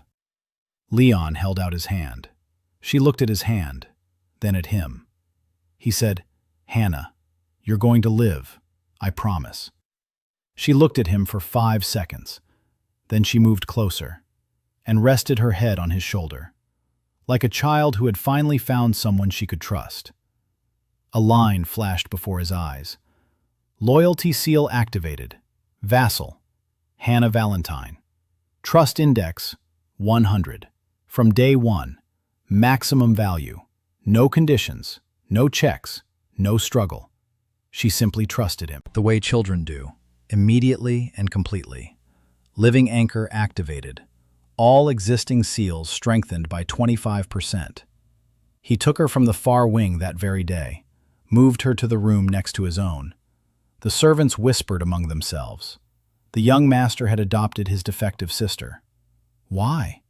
She's going to die anyway. Leon paid no attention. A day later, Hannah smiled for the first time in 2 years. 3 days later, she began to leave her room. A week later, she was following Rosalind around and helping her in the kitchen. 2 weeks later, she was laughing. That was 20 days ago. Now Hannah was sitting at the communal table, eating a pie that Rosalind had baked especially for her. A small one, with berries. No hidden effects, just a delicious pie for a 12-year-old girl. Leon looked at his table, at his people. Ayla sat to his right, quiet, attentive. She made sure the cups were full, an old habit from her days as a maid, but now she was doing it not because she had to, because she wanted to. May sat across from him. She grumbled that the meat wasn't salty enough, but she was eating her 3rd helping. Her brothers sat nearby. The youngest had climbed onto her lap. She didn't shoo him away. Yuna sat in the corner. She was reading something. Then she set the book aside. She looked at the table, at the people, and for the first time in 10 years, Leon saw her shoulders relax. Rosa Lynn was running back and forth between the kitchen and the table, carrying dishes. Her face was flushed from the heat of the stove. She looked happy. Torvin was helping her. They worked together like 2 halves of a single mechanism. Jerome ate in silence, but his hands didn't tremble. Greta laughed at something Alden had said. Alden blushed. Hannah had fallen asleep, right at the table, her head resting on her folded arms, crumbs of pie on her cheek. Leon gently picked her up. She didn't wake up. Light, small, warm. Ayla stood up and followed him. Together they carried Hannah to her room. They laid her down, tucked her in, returned to the table. Leon sat down. He looked at his people, and for the first time in 40 days in this world, for the first time in the 29 years of Daniil Sokolov's life, he felt something he had never felt before. Dome. Not a building, not an estate, not a 300-room hotel. Home. A place where you're expected. Rosalind brought out the last dish, that very one, the one without a name, for those who've forgotten what it means to be home. Everyone tasted it. Lines flashed before Leon's eyes. The dish's effect. Trust index of all vassals within range, +3. Duration, permanent. 3 points added to the trust index, forever. From a single dinner, because food prepared with love for people who feel at home for the first time isn't just food. It's magic older than any rank. They sat at the table. Candlelight. Quiet conversation. Laughter. Warmth. For the first time in 10 years, lights were on and laughter rang out at the Valentine estate. Then an arrow flew through the window. The arrow pierced the wooden frame 3 centimeters to the left of Leon's head. May was the first to react. Her blade was in her hand in half a second. Isla stood in front of Leon. SSS rank pressure filled the room. Una grabbed Hannah, who had woken up from the noise, and held her close. Rosalind froze with a plate in her hands. Leon didn't move. He stared at the arrow. A note was tied to the shaft. He reached out. He took the note. He unfolded it. The seal of the Order of the Registry. A circle with an eye. 3 lines. The text was brief. Sirion's blood must be extinguished. You have 30 days. Leon read the note. He looked at Isla. She was standing before him, her back straight. Her eyes were calm. She didn't know the note was about her. She didn't know that 200 years ago, her clan had been wiped out by these people. She didn't know that her mother had been killed by Baldric on their orders. She didn't know that they had been following her ever since the golden lightning split the sky above the estate. Leon folded the note and put it in his pocket. The third note bearing the order's seal. 30 days. Day 70. The inheritance ritual on the 90th. There was no time. He looked at his people, at their faces, at the fear in Rosalind's eyes, at the cold resolve in May's eyes, at Isla's calm, at Una's determination, at little Hannah, who was clinging to Una and wasn't crying. She wasn't even crying. 12 years old, and she wasn't crying. Leon stood up and said, "Tomorrow we begin training. Everyone." Leon hosted a family dinner and recounted how he had previously found Hannah in the far wing and adopted her. Hannah's activation as a living anchor strengthened all the seals by 25%. Rosalind prepared a nameless dish that permanently raised the trust index of all the vassals. Dinner was interrupted by an arrow bearing a note from the Order of the Registry, giving them 30 days to atone for Sirion's blood. The next 12 days were hell. A beautiful, organized, productive hell. Leon turned the estate into a training camp. Not a barracks, a camp. The difference is that in a barracks, people are broken, while in a camp, they are built up.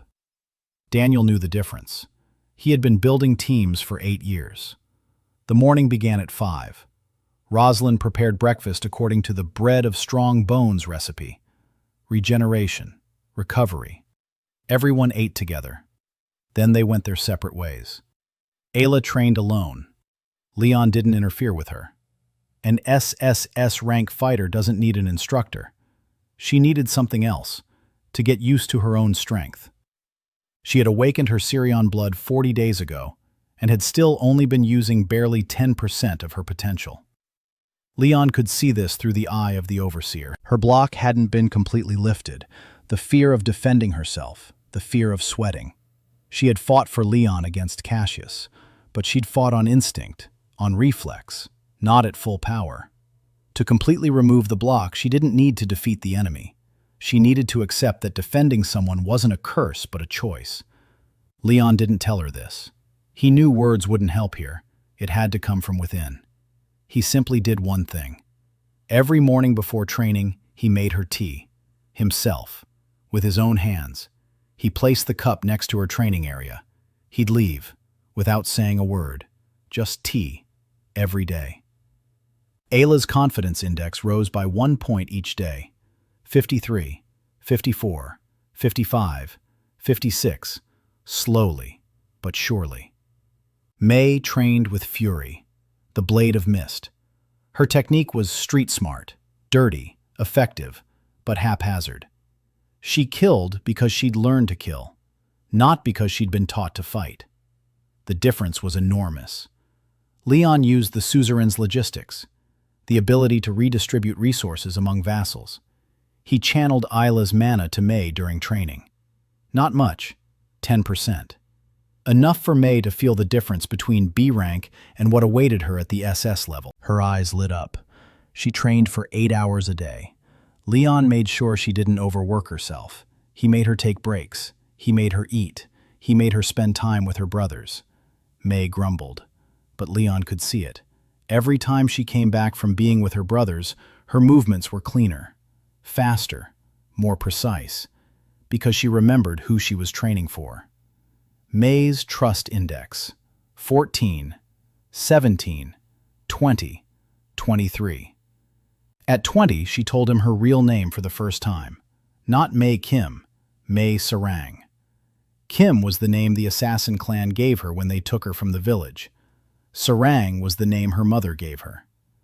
Leon nodded. And from that day on, he called her May Sarang. She didn't thank him, but her eyes changed. They softened, for a split second. Yuna wasn't training her body. She was training her mind. The ability to read between the lines required concentration. Every day she took a document from the archives and searched for hidden layers, old orders from the Duke, letters, contracts, trade agreements. Under every other document lay another layer of text. The Valentine estate had been guarding secrets for 200 years, and Yuna read them one by one. On the third day of her training, she found something. A list, 13 names, written in a hand Yuna didn't recognize. A list of people the Order of the Registry had infiltrated into the great houses of the Empire over the past 50 years. Spies, observers, people who looked like ordinary servants but were the eyes and ears of the Order. 2 of the 13. At the Valentine estate. The first, Baldric, senior steward, already dismissed. Leon knew. The second, the name had been blacked out. Not even Yuna's ability could read it. Stronger protection. A deeper layer. Someone inside the house. The one Eleanor had mentioned. The one no one sees. Leon read the list and fell into thought. 31 people on the estate, minus Baldric. 30. One of the 30 was an agent of the Order, and Leon couldn't figure out who. The administrator's eye showed no connections for anyone. So this agent was protected by something that blocked even the suzerain's SSS-ranked talent of the suzerain. Leon didn't panic. He did what he always did. He made a plan. If he couldn't find the spy directly, he could create conditions under which the spy would give himself away. Leon began passing on different information to different people.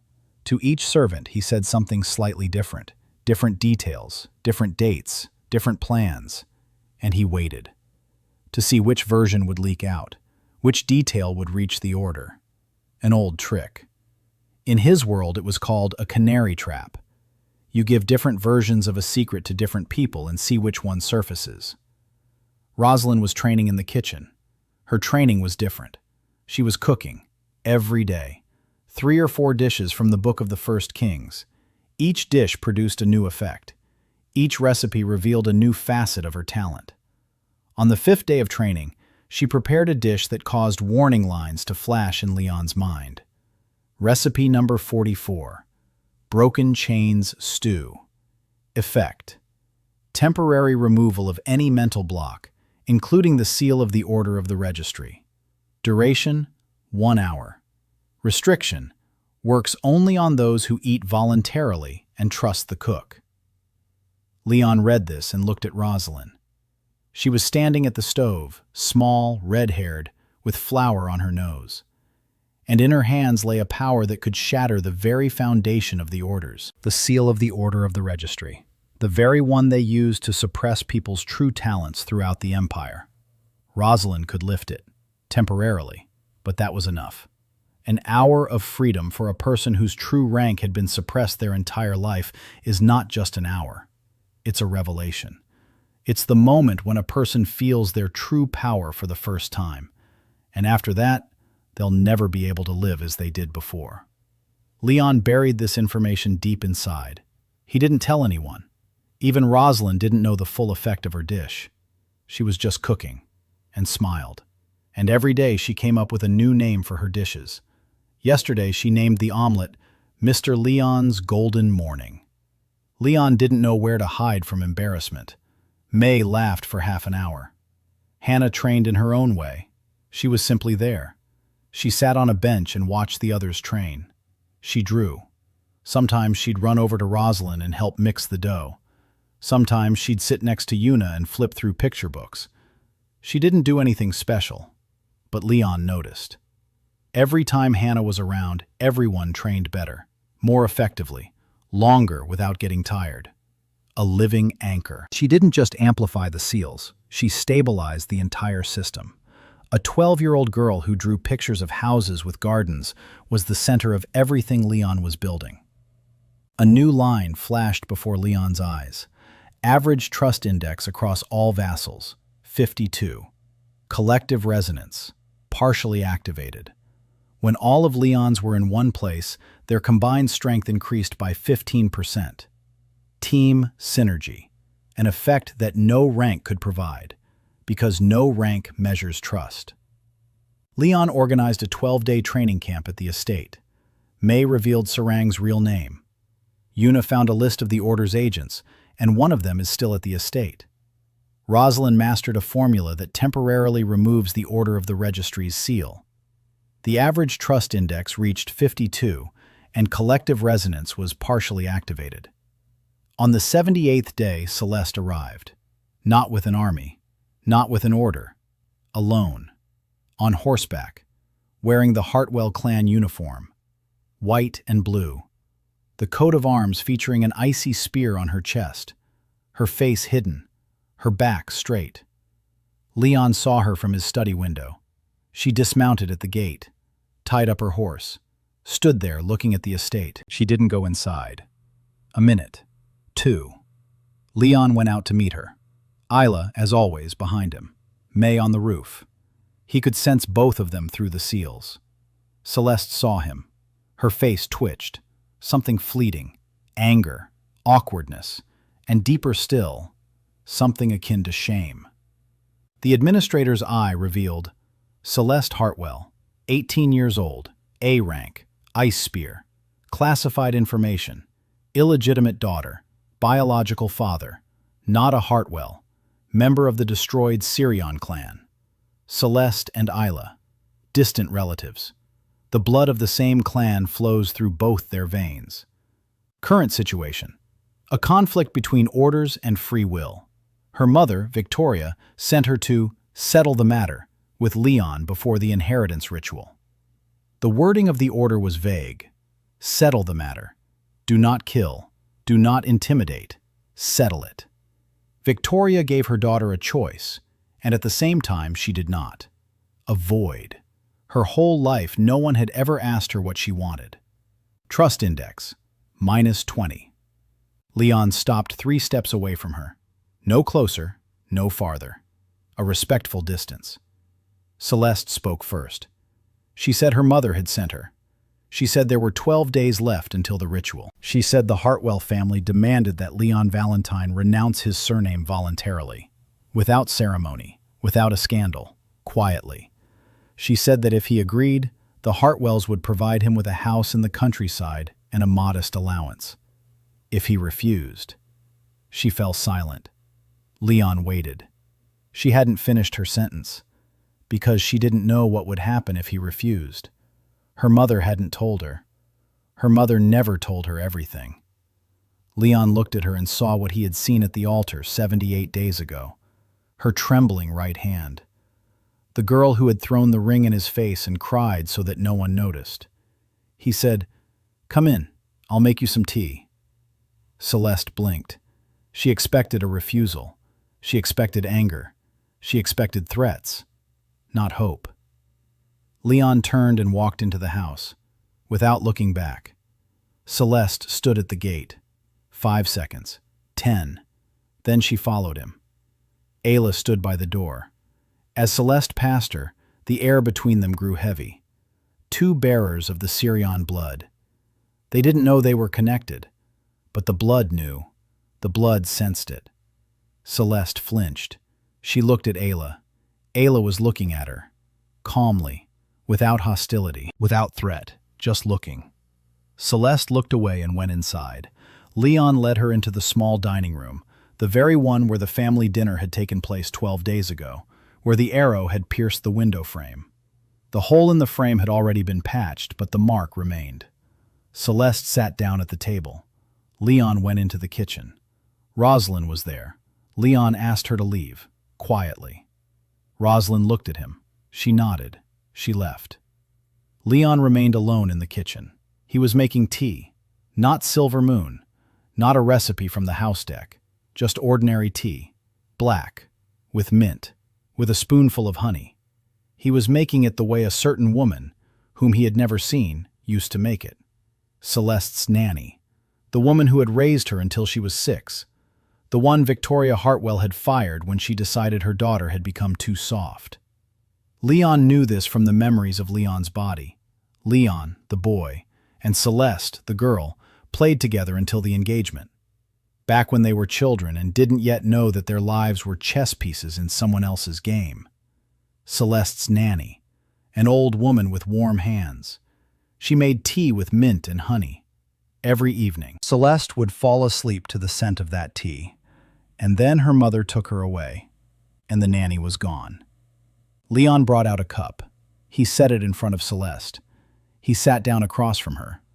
Celeste looked at the cup, then at the steam rising from the tea, and she froze.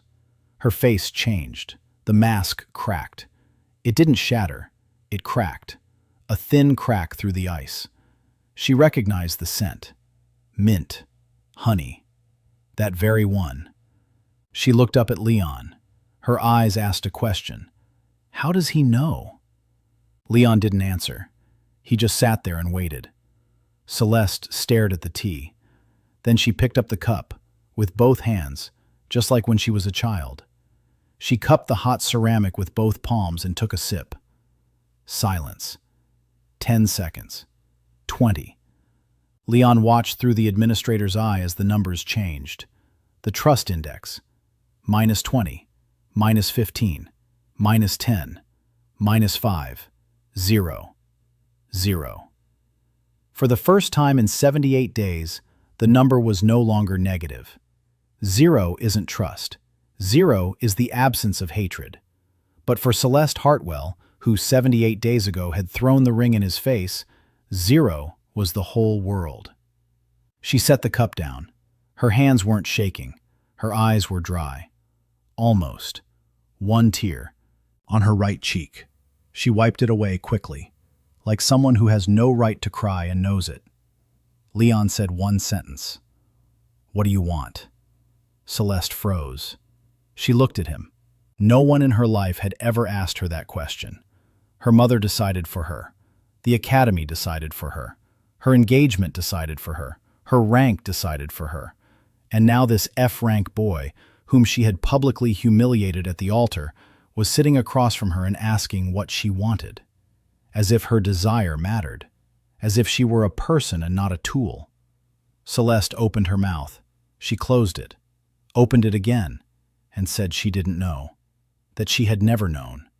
That she had been raised as a weapon, and weapons have no desires. Leon nodded. He said that was normal. That many people don't know what they want because they've never been asked, and that she had time. Celeste looked at him, then at the tea. Then she stood up. She said she'd pass on his answer to her mother. Leon said he hadn't given an answer. Celeste paused. She looked at him.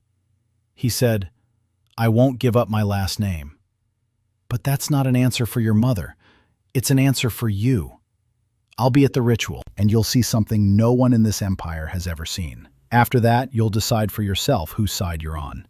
For the first time in your life, on your own. Celeste stood in the doorway. She looked at him, then she turned and walked toward the exit. In the hallway, she passed Isla. She stopped. She looked at her. Isla looked at her. Two pairs of eyes, gray and blue, Sirion's blood in both. Sleeping in one, awakened in the other. Celeste said nothing, but she looked back. At the doorway, on the threshold. She turned and looked at Leon, who was sitting at the table with his tea now cold. And in that gaze was something that hadn't been there 78 days ago. Not love, not trust, not friendship. A question. What if? She left. Leon sat at the table. He drank his cold tea. Lines flashed before his eyes. Celeste's trust index. 0. Romantic subplot. First step. The hook was set. He finished his tea. He looked out the window. Celeste was mounting her horse by the gate. He saw her adjust her uniform, how she gathered her hair, how she straightened her back. The mask was back. But now there was a crack beneath the mask, and through that crack the scent of mint and honey seeped in. Leon put away his cup. He looked at the calendar on the wall. 12 days until the ritual. The order's note had given 30 days. 18 remained. His father had moved up the schedule. Cassius would return. The Hartwells would be in the hall. The order would be watching. And Leon would go there with a maid, a mercenary, a cook, a librarian, a little girl who draws at home. And maybe, just maybe, with his ex-fiancée who, for the first time in her life, had tried to make her own decision. All right, 12 days. He'd handled worse deadlines. The night before the ritual, the estate was awake. Leon sat in the small dining room at the same table where, 12 days ago, he'd had tea with Celeste. The candles burned low. Shadows crept across the walls. Outside the window there was silence, that very silence Daniel had learned to recognize. The calm before the storm. The door opened. Ayla entered. Behind her was May. Behind May was Rosalind. Behind Rosalind came Una. Last to enter was Hannah, sleepy, in her nightgown, barefoot. She was holding Una's hand and rubbing her eyes with her free hand. They stood before him in a semicircle. Leon looked at them and saw the lines of the administrator's eye. Isla, SSS rank. Trust index 67. Fear block reduced by 60%. Abilities, Shadow of the Lord, Voice of Heaven. Third ability, Wings. Blocked. Requires an index of 70. May Sarang. Rank on the path to SS. Trust index 38. The Blade of Mist has evolved into the Blade of Dawn. Speed has doubled. The mental block from the Clan of Assassins is still in place, but has been weakened. Rosalind Ashford. Potential Raw S. Trust index 34. Has mastered 23 recipes from the Book of the First Kings, including the Stew of Broken Chains.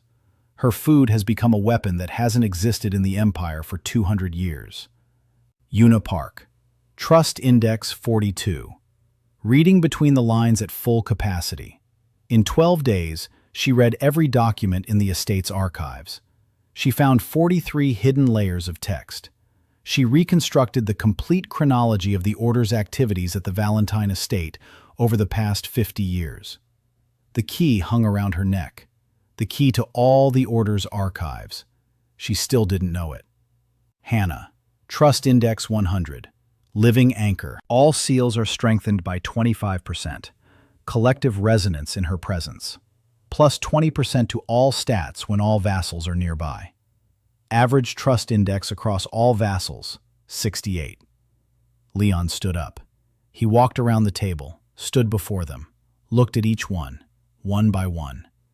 Isla, quiet, strong, the one who was the first to take his hand. May, sharp, loyal, the one who came to kill him and stayed to protect him.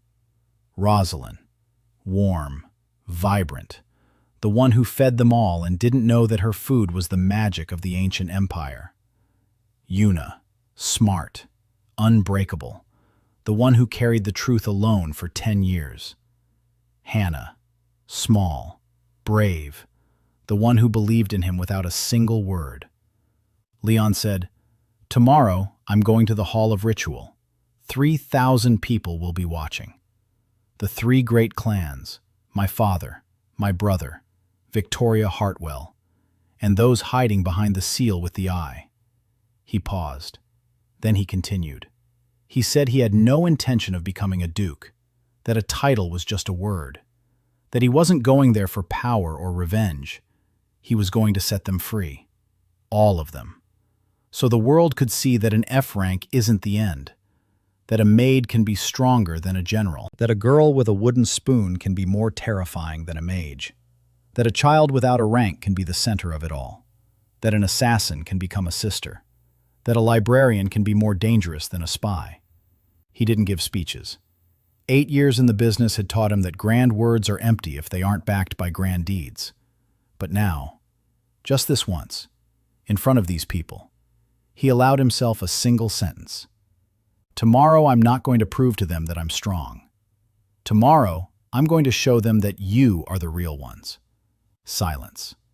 Then Isla dropped to one knee, just like back then, on that first evening, when he'd made her an omelet.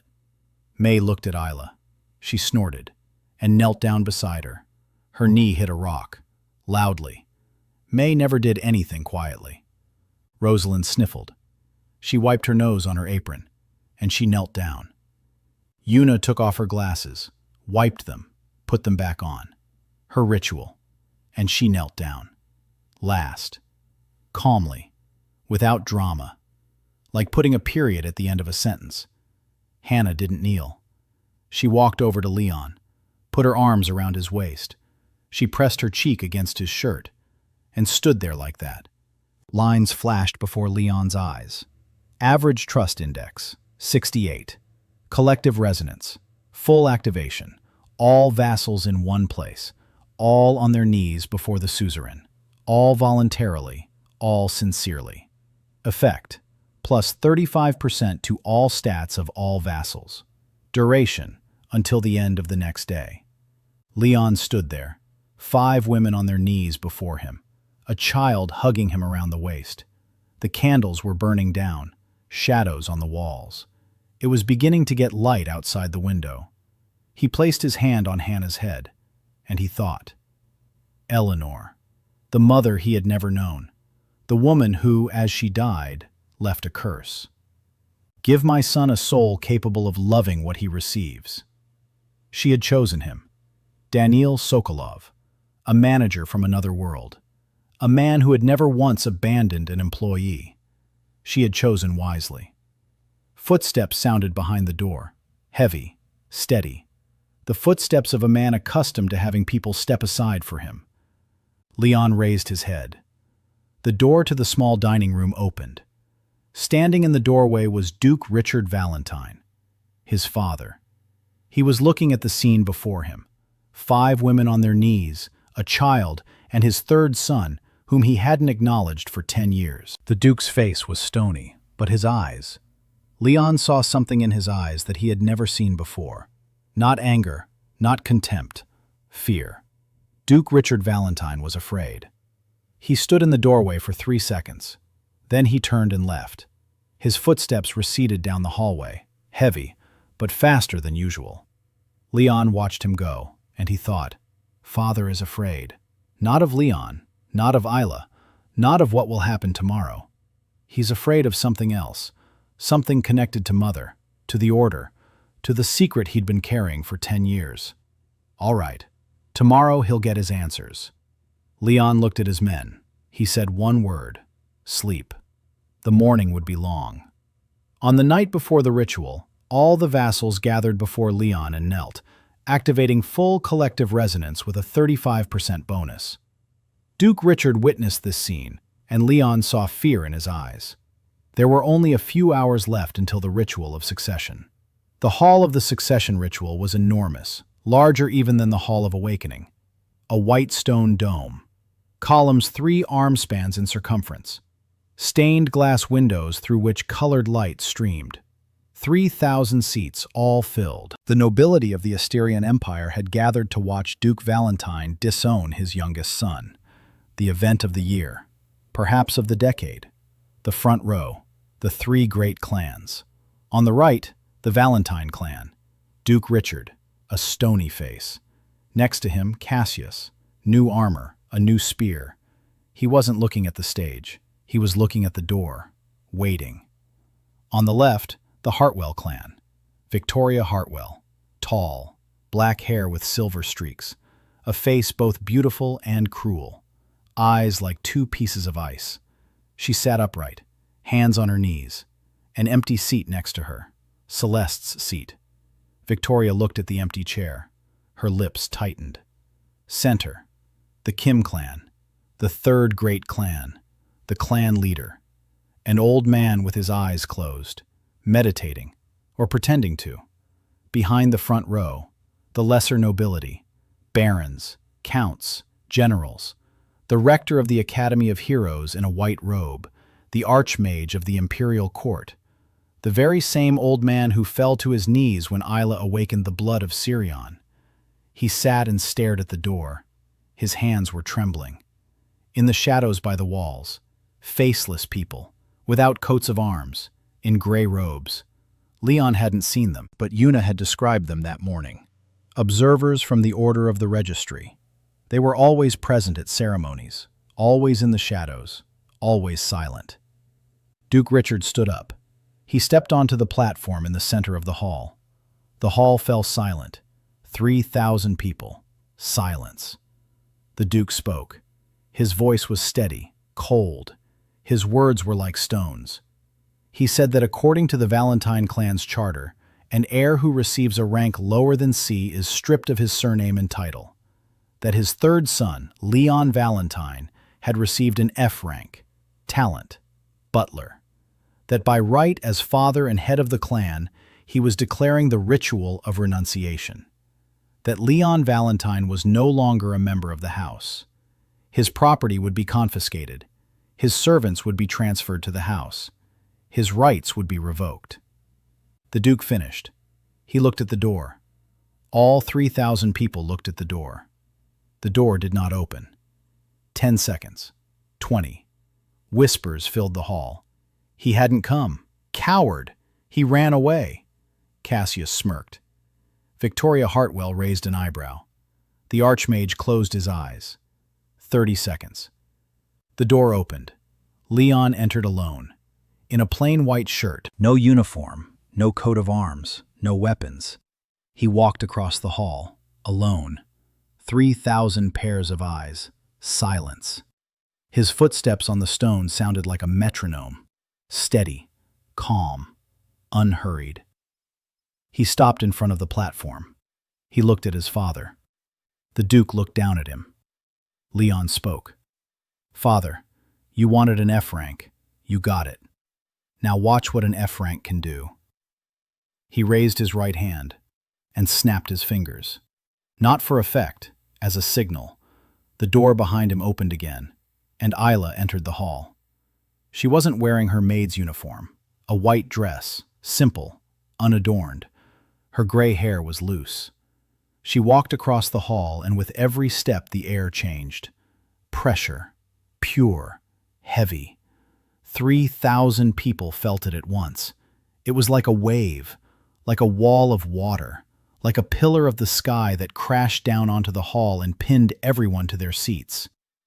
The archmage stood up. His eyes were wide open. He saw what he felt. Golden lines appeared on Isla's forehead. The seal of the Sirion heavenly clan. The very one that hadn't been seen in the Empire for 200 years. His voice faltered. He whispered, Sirion. The whisper spread through the hall like wildfire. Sirion. The heavenly clan, destroyed 200 years ago. Impossible. And yet, the golden lines on the forehead of the Duchess's maid shone brighter than stained glass windows. May entered behind Isla, black clothing, a blade at her belt, her face concealed. She walked like a predator. B-rank pressure bordering on SS. The nobility in the hall tensed. They recognized the gait of a professional assassin. Rosalind entered behind May, red hair, an apron over her dress. She was carrying a tray. On the tray stood a cup of tea. The hall didn't understand. A girl with a tray. Why? Yuna entered behind Rosalind, glasses, a book under her arm, calm, unflappable. She was carrying a folder, that very one, thick, worn, 10 years of work. Isla entered last, again. No, not Isla. Isla was holding Hannah in her arms, little, sleepy. She clung to Isla and looked out at the audience with huge gray eyes. 6 people, a maid, a hired hand, a cook, a librarian, a child. And at the front of them all, a boy with an F rank in a white shirt. The room was silent. Victoria Hartwell rose from her seat, her face. For the first time, Leon saw fear on that face. She said, "What does this mean?" Leon looked at her, then at his father, then at the room, and he said, "It means you're wrong, all of you." He turned to Ayla. He nodded. Ayla set Hannah down on the floor. She straightened up and took a step forward. The Sirion mark on her forehead flared. Golden light flooded the hall. 3,000 people closed their eyes. When they opened them, behind Ayla's back were wings, golden, translucent, with a wingspan of 4 meters. The wings of the Sirion Sky Clan. They had last been seen 200 years ago. A line flashed before Leon's eyes. Ayla's trust index, 70. Ability unlocked. Wings of the sky. She had done it, not for herself, for him, because he stood alone before 3,000 people who wanted to strip him of his name, and she decided she wouldn't let that happen anymore. She decided that protecting it wasn't a curse. Protecting it was a choice. Her choice. Victoria Hartwell fell to her knees. She was the first. Not from the pressure, from terror. She knew what the Sirion meant. She knew because she had helped destroy them. Others began to fall to their knees behind her. Counts, barons, knights, half the hall.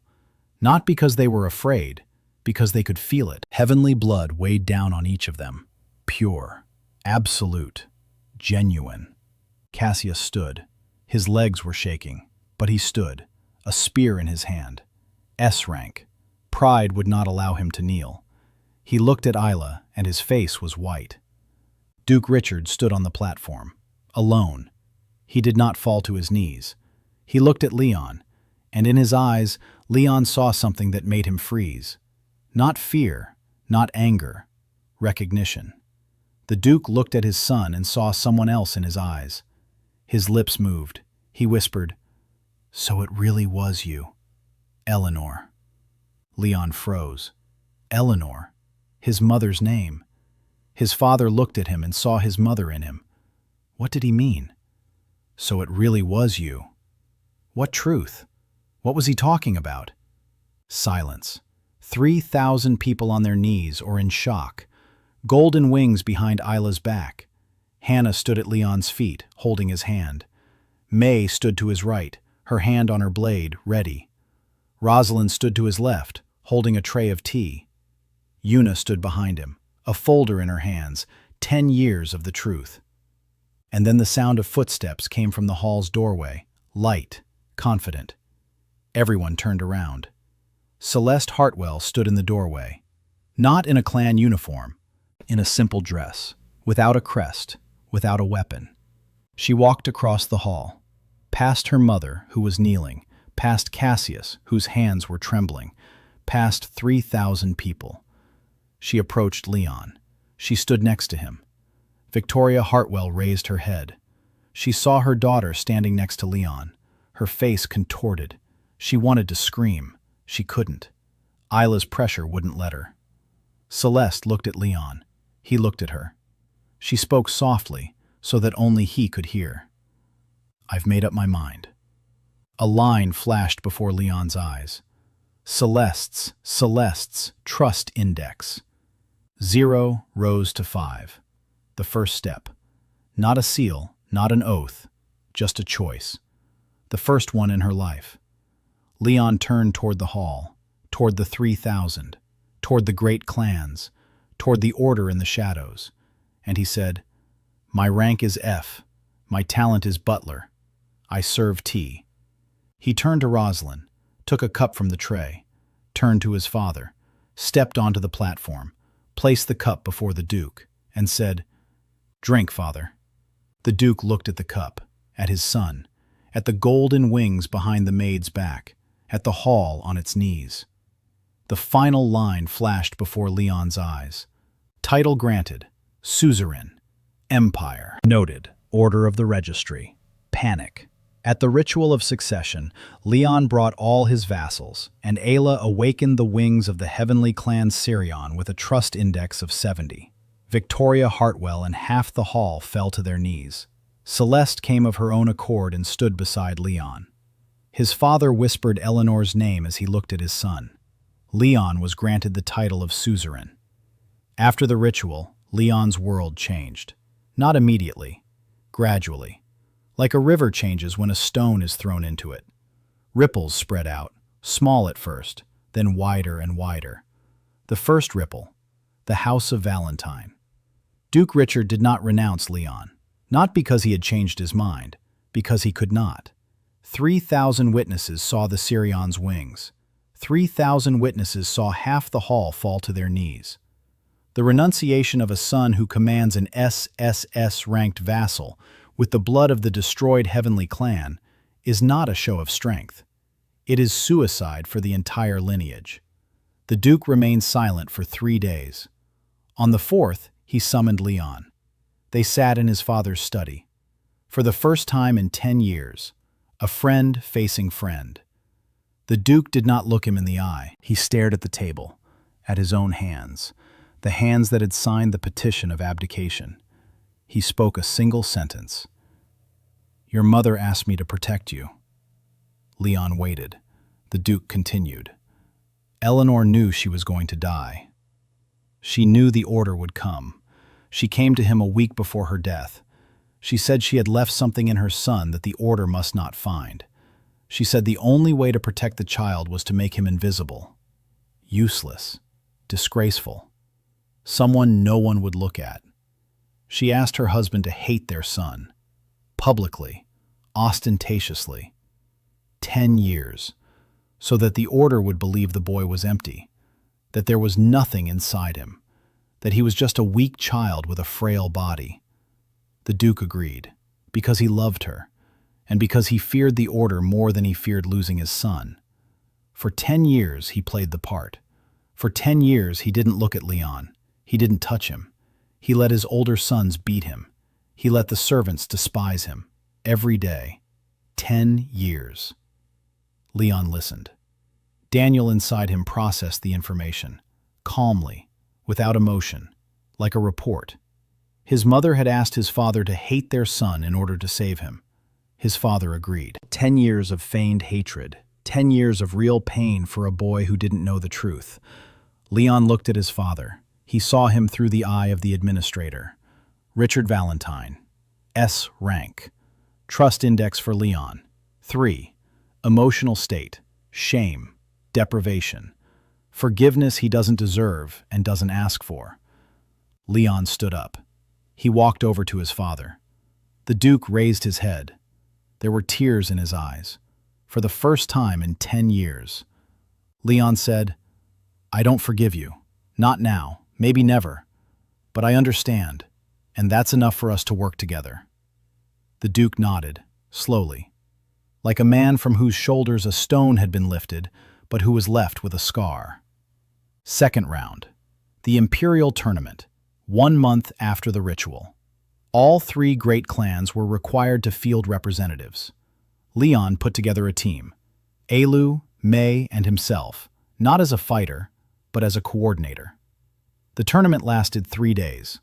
On the first day, May faced the representative of the Kim clan, A rank, Steel Storm Swordsman.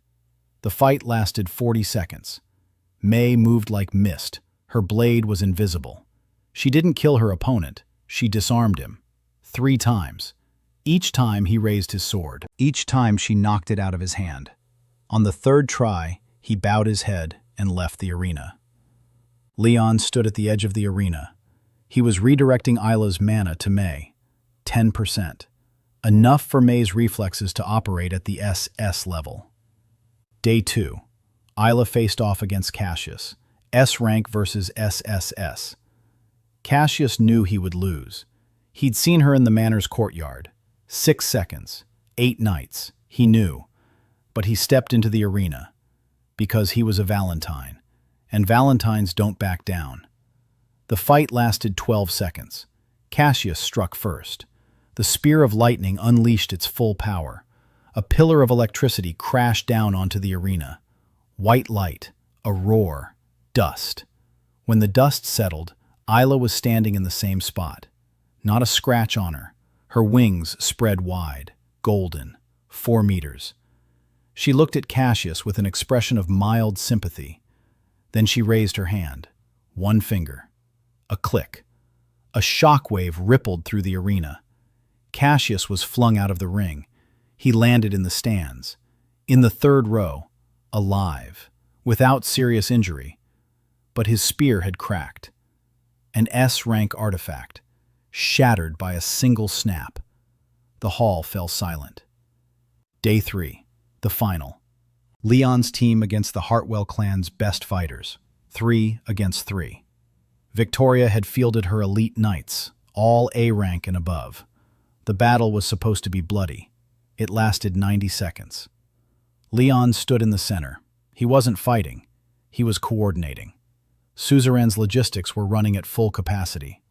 Mana flowed between Isla and Mei like blood in a single organism. When Mei lost speed, Leon redirected her reflexes. When Isla needed precision, Leon gave her the focus of Yuna, who was sitting in the stands and transmitting real-time analytics through the seal. The 3 Hartwell knights fell one after another, cleanly, quickly, without a single drop of blood. The arena erupted, not with laughter, not with pity, with a roar. 3,000 people roared, because for the first time, they weren't watching a duel but teamwork. For the first time, they saw an F rank defeat the elite of the 3 great clans without a single blow. Leon stood in the arena. Mei and Isla flanked him. He didn't raise his hands. He didn't shout. He didn't celebrate. He looked at Victoria Hartwell. She was sitting in the front row. Her face was blank. She had lost. Not the fight. Control. For 30 years, she had built a system in which power was determined by rank, and a boy with an F rank had just destroyed that system before the eyes of the entire empire. Celeste sat next to her, in a simple dress, without the Hartwell uniform. She was looking at Leon, and for the first time, her face wasn't a mask. Not ice, not a question, an answer. Lines flashed before Leon's eyes. Celeste's trust index, 5, had risen to 18. The empire heard the word suzerain, and the world would never be the same again. The Duke revealed the truth, that Leon's mother had asked him to play the role of a hateful father to hide his son from the Order. At the Imperial Tournament, Leon's team defeated representatives from all 3 great clans. Mei disarmed a fighter from the Kim clan. Isla defeated Cassius in 12 seconds. In the final, Leon orchestrated a team victory in 90 seconds. 6 months after the tournament, Leon stood in the office that had once belonged to Victoria Hartwell. Now, it belonged to Celeste. The Hartwell clan had not been destroyed. It had been reformed. Victoria surrendered 3 months after the tournament. Not because she lost the fight, because she lost her daughter. Celeste came to Leon a week after the tournament. She stood before him, looked him in the eyes, and said she wanted the seal. Not because he was strong, not because she was afraid, because he had asked what she wanted, and she finally knew the answer. She wanted to be with a man who saw her as a human being. Celeste's trust index, 30. The seal of loyalty was established. Leon saw her hidden lineage, Sirion blood, a distant branch, SS potential. He told her the truth, about her father, about Sirion, about how she and Isla were distant relatives. Celeste cried. For the first time since she was 8, on his shoulder, for a long time. Victoria learned that her daughter had accepted the seal. She came to Leon in person, not with an army, alone. Leon expected fury. He got silence. Victoria sat across from him. She had aged 10 years in 3 months. She said she had loved Eleanor, long ago, in another life, when they were both young, when the world was simpler. Eleanor had chosen Richard. Victoria had never forgiven her. 30 years of hatred, 30 years of revenge, and all that time she had known. She knew that the order had killed Eleanor. She knew and remained silent, because hatred was stronger than the truth. Leon listened. He didn't judge. He didn't forgive. He just listened. Then he said, "You've spent 30 years seeking revenge on a woman who loved you." Eleanor had left a note among her papers. Una found it. The note read, "Forgive Victoria. She is not the enemy. She is simply broken." Victoria covered her face with her hands. Leon stood up and left the room. He gave her time. A week later, Victoria handed over leadership of the clan to Celeste. A month later, she left the capital. No one knew where she had gone. Leon knew. She had gone to Eleanor's grave. Now Celeste ruled the Hartwell clan with Leon's support, with the suzerain's seal, and with the blood of Seiron, whom she had finally acknowledged. The clan had not been destroyed. It had been reborn, just as Celeste herself. Around the same time, May reached a trust index of 50. The mental block implanted in her by the clan of assassins was broken. She remembered everything. She hadn't been hired to kill Leon. She had been programmed. The clan of assassins in which she had grown up had served the order of the registry for 100 years. They planted agents in the homes of the nobility. May was one of them, a sleeper agent, a mental block that activated upon hearing a code word. She didn't know about it. She never knew. But now the block had been removed, and with it came information, names, locations, passwords, communication channels. May brought Leon everything. The order's list of contacts in the capital, the names of agents in the great houses, the hierarchy chart, and most importantly, the location of the order's central registry archive. Underground, beneath the Imperial Registration Bureau building, where the results of every awakening over the past 200 years had been recorded. Una looked at the address, then at the key around her neck. Leon nodded. It was time. He told her the truth, about her father, about the key, about the fact that she was the daughter of the Order's former Supreme Registrar. Una listened.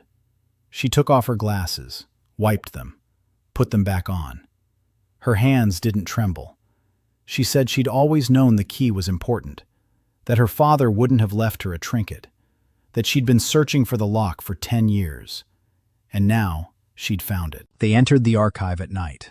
Leon, Ayla, May, Una, the 4 of them. The archive was enormous, an underground hall the size of a cathedral, floor-to-ceiling shelves 20 meters high, hundreds of thousands of documents, every result of an awakening over the past 200 years, every forgery, every underreporting, every murder. It was all here.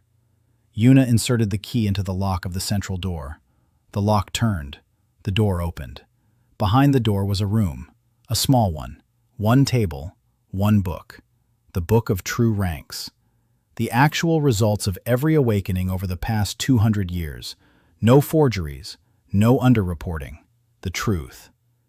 Una opened the book. She began to read. Her eyes raced across the lines. Her perfect memory recorded every page. An hour later, she closed the book. She looked at Leon. Her face was pale. She said that out of 300,000 awakenings over 200 years, more than 60,000 had been falsified.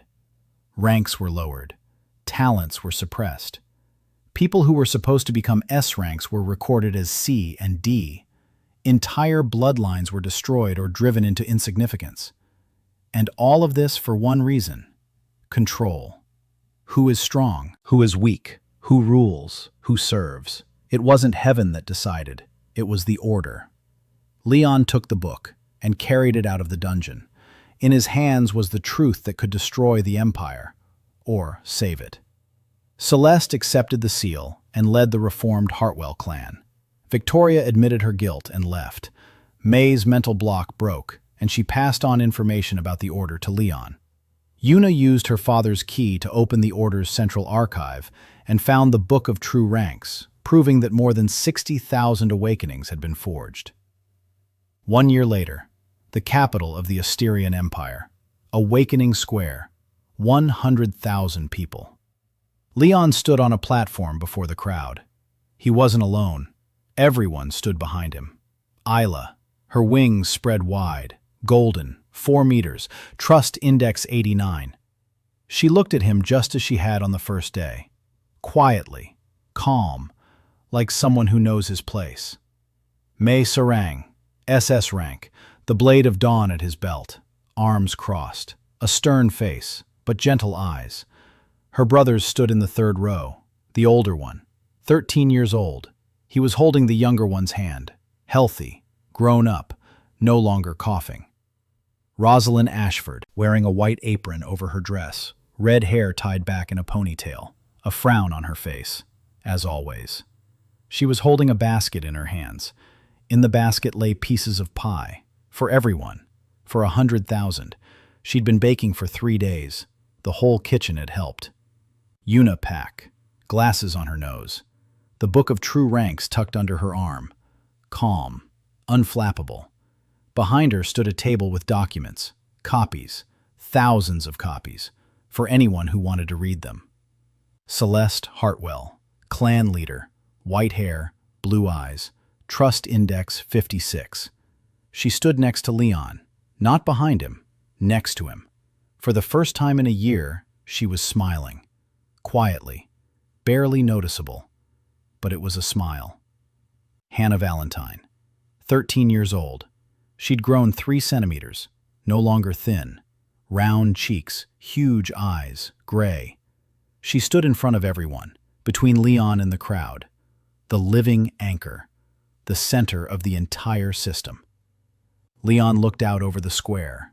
100,000 faces, the nobility, commoners, knights, mages, merchants, peasants, servants, everyone. A year. Over the course of that year, he had accomplished what was considered impossible. The Book of True Ranks had been made public. At first, in secret. Copies were distributed throughout the cities of the empire. Then, openly. Yuna addressed the Imperial Council. She placed the documents on the table. 200 years of forgeries, 60,000 stolen destinies. The council remained silent for 3 hours. Then, half the councillors stood up and left the chamber. Those who remained voted unanimously. An investigation. The order of the registry was exposed, not destroyed, exposed. Leon had insisted on it. He didn't want bloodshed. He wanted the truth. The arrests were carried out quietly.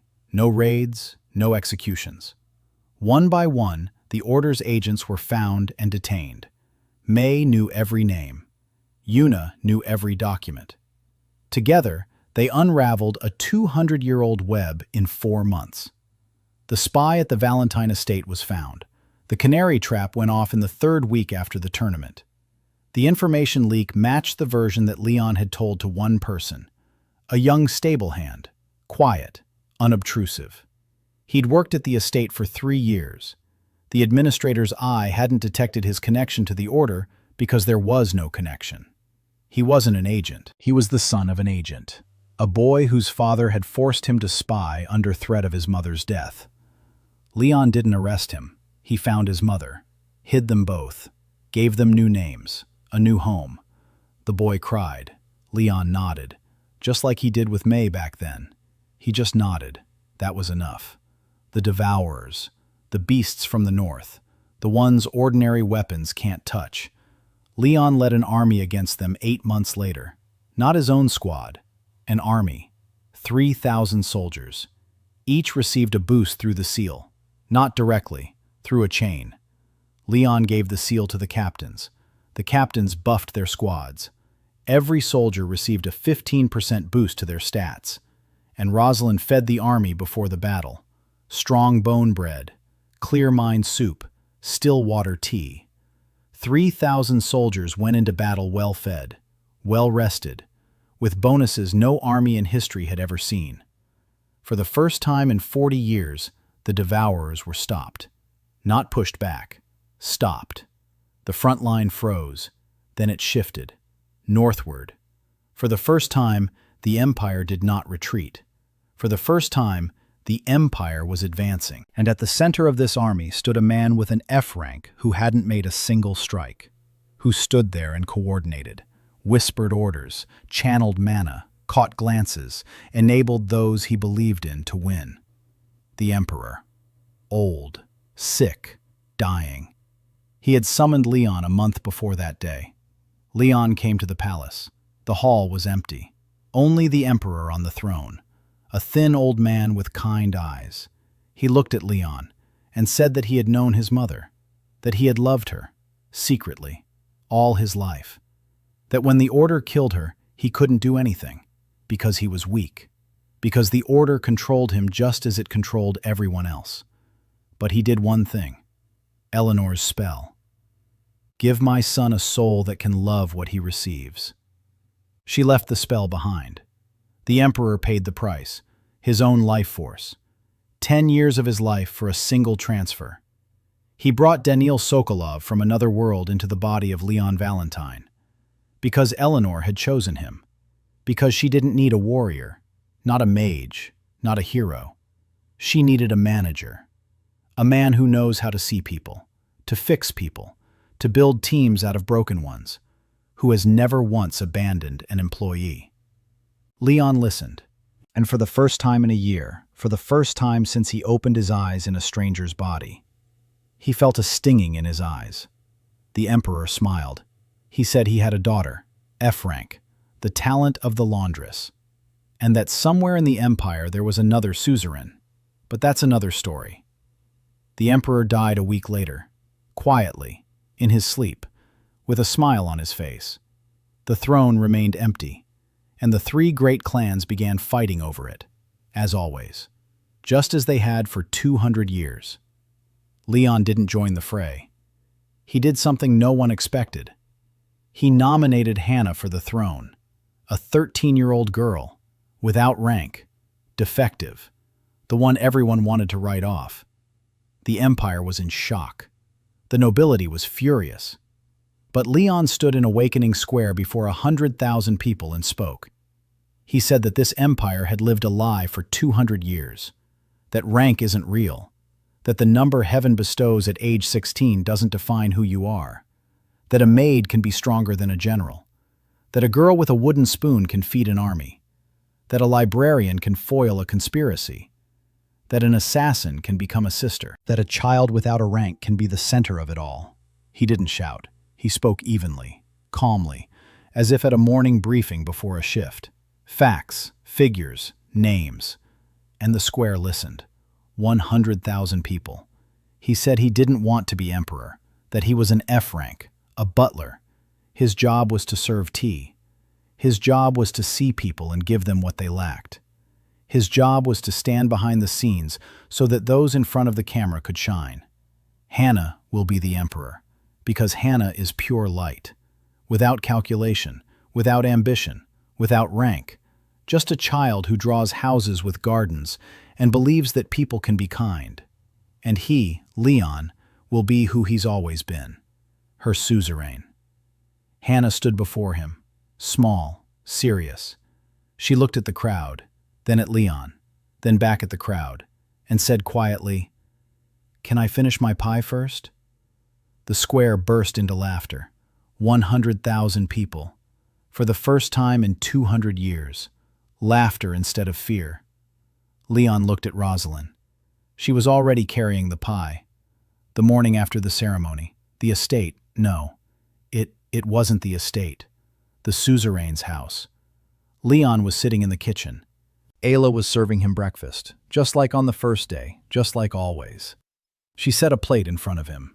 An omelet, 2 eggs, butter, salt, herbs, the same one. He looked at her. She looked at him. And for the first time in a year, she allowed herself to smile. Not like a maid, like a woman who knows her place is here, by his side, forever. Rosalind was frying pancakes in a second skillet. She was humming something, flour on her nose. May was sitting at the table, sharpening her blade, out of habit. Yuna was reading the morning reports. Hannah was sleepily chewing on a roll, crumbs on her cheeks. Celeste stood in the doorway. For the first time, she wasn't in her uniform. She was wearing a simple dress. She looked at this scene, at the kitchen full of people, at the laughter, at the smell of pancakes, at the F-rank boy sitting at the head of the table, eating an omelet made by a maid who was stronger than any general in the empire. Leon looked up. He looked at Celeste and said, "Sit down. There's room." She sat down. The sun was shining outside the window.